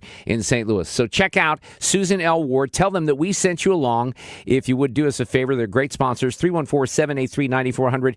STLFamilyLaw.com. The focus on family law and the emphasis on you, Susan L. Ward. This is Todd Krentz with Krentz Financial Group. For over 6 decades, we have helped St. Louis families and businesses plan with purpose and live with confidence. Selling your business is a major milestone.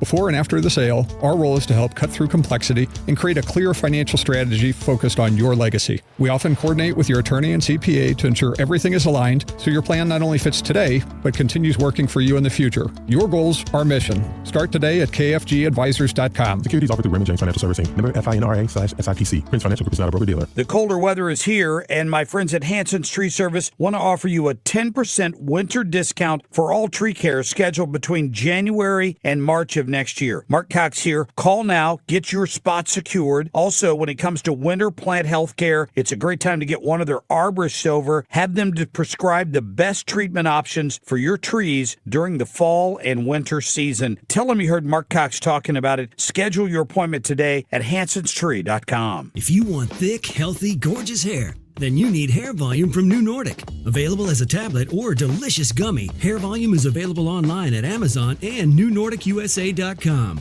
or in the hair care aisle at your local CVS. This is the Mark Reardon Show on 97.1 FM Talk, St. Louis Conservative.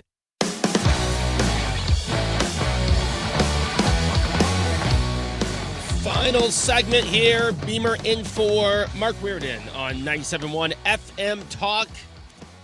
wrapping things up. And before we went to break, I was talking about the Minnesota fraud case, and Pam Bondi put out a tweet.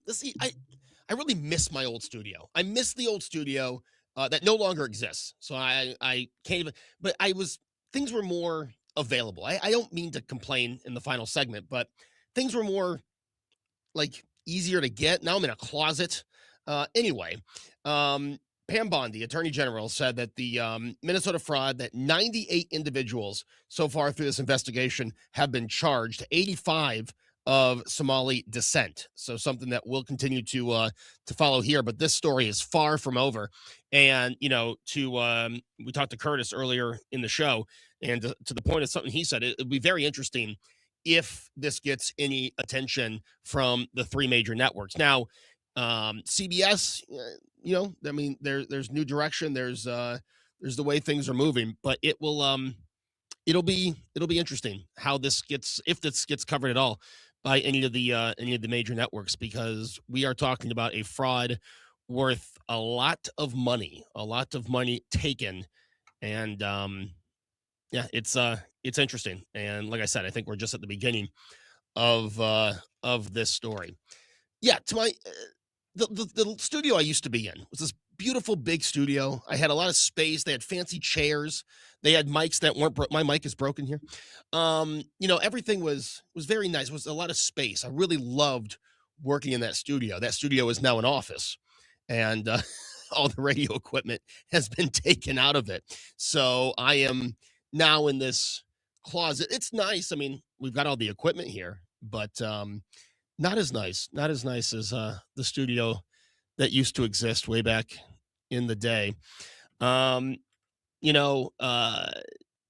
I got one more show left, and then 2025 is over. For the first time since before I was in college, I will not be working on New Year's Eve. But Sue, you were talking about the that survey for New Year's Eve. Yes. And I used to be one of those people where I didn't want to go out, but I felt like I had to go out. That's because you have FOMO, you say. Yeah, but you know what? Now here's the thing. That FOMO no longer exists. I have my New Year's Eve is spend it with family. My son will go to bed at his regular time and then sit on the couch and watch the college football playoffs. And maybe I'll be up when the ball drops. Maybe not. That's right. But 7 years ago, like when I turned 30, oh my gosh, I had to be somewhere. We have a ball drop here in Buffalo. I had to be at that. I had to be somewhere out celebrating. Can't miss this opportunity. And I think that's a problem. And maybe we've shifted because of, the pandemic, and no one wants to talk to people face to face anymore. But there used to be a time where people were just out because they felt like they had to be out for New Year's Day, for New Year's Eve. Mm-hmm. That may be a factor. I just don't care. No, I'm to that point now where, like I said, the thought of being out on New Year's Eve, it's a 180 for me. Like, it used to be like I have to be there. Now it's like I don't want to be anywhere close to your cover charges, your overpriced bar stuff. Right. Let me tell you about the craziest New Year's Eve. Okay, well, craziest New Year's Eve for me. 2008, the Buffalo Sabres are in the Winter Classic at Highmark Stadium, and I'm a freshman I'm a freshman in college. So we go to the ball drop in downtown. As soon as it's over, we pile into my friend's car and we just pull to a lot near the stadium and start tailgating at 12:30 for the 1 p.m. face-off in the Winter Classic. Oh, boy. I would say that's probably my craziest New Year's Eve, which I know doesn't even sound that crazy, but that was like I was up for 24 straight hours and went right from the ball drop to tailgating the first outdoor game, which hasn't returned to Buffalo since. But yeah, like I said, now I'll grill some steaks up, I think, on New Year's Eve and put Dawson to bed and watch Miami, Ohio State. Sounds great. Exactly. Sounds great. Yeah. And now, I don't know if you saw this. If you miss the ball drop, I think this is hilarious in the ABC advertising. If you miss the ball drop, you can watch it in its entirety on Hulu the next day. Oh, well, there you go. No need to even see it live. I love that they're advertising that. Like, hey, if you miss the ball drop, don't worry. Hulu will have it with the same commercials the next day. Speaking of New York, that is part of my clip of the day, and let's get to it. next. Playback ready. Now, the audio cut of the day. And this is something we were talking about in the last hour with New York City and outgoing Mayor Eric Adams, who, I can't say I agreed with most of the time, but definitely thought he was more aligned than the incoming mayor. Here's what he had to say about the future of New York City. If we don't take a corrective action, the Democratic Socialists of America has clearly showed their level of anti-Semitism. They clouded in stating that is anti-Israel, but in fact is not. It is a clear hate for the Israelis and for Jewish people that we have witnessed. And so, yes, I am truly concerned, and I mentioned that, and I'm not going to try to sugarcoat my concern. We cannot allow this city to turn into a city where anti-Semitism is normalized. It'll be very interesting to see how this goes. And, a lot of people say, well, it's New York, it's a lost cause. But you do have to realize outside of America, New York City is America to a lot of people. You go to some other countries, you say, America, they think New York City. And it will just, the city's already gone far in the wrong direction, right? The subways are a mess. As someone who takes the subways when I get off the airplane because I'm cheap, you don't feel 100% safe. And now they're forcing more people on because of the congestion pricing, which is a complete mess, just another money grab from New York State. And, Kathy Hochul's a disaster, but Elise Stefanik has dropped out. I don't really have much faith in Bruce Blakeman. It's sad because, New York, there was a time where it was actually the Empire State. And now it's how fast can you get out? And it's scary what the future for New York City could be. Hey, I want to thank everybody for tuning in, listening. I'll be back here tomorrow in for Mark Reardon, my final broadcast of 2025. I want to thank Ethan. I want to thank Sue. I want to thank Fred, not only for today. Fred was off Friday and still helped out with planning the show. So, Fred, thank you so much. That's Fred. We love him. We do. And I really appreciate him. Helped me out on Friday, even on his day off. What a guy. Guys, thank you so much. We'll talk tomorrow at 3 on 97.1 FM Talk. Traffic from the 97.1 FM Talk Traffic Center. Looking good on the roads today. Not a lot happening. Westbound 70 looks great. 6440 does 4455. We are quiet on the Illinois side. Yeah, we are just in really good shape on this between holidays week. I'm Sue Thomas, and that's traffic on 97.1 FM Talk, St. Louis Conservative.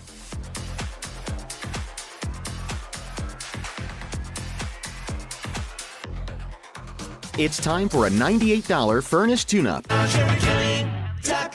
My best friend Jenny came over for coffee, said it's cold enough in here to play hockey. Well, my furnace broken, it's already late. Call Jerry Kelly because they're open till 8. JerryKelly.com. They're fast and they're good and they got it going on. Jerry Kelly.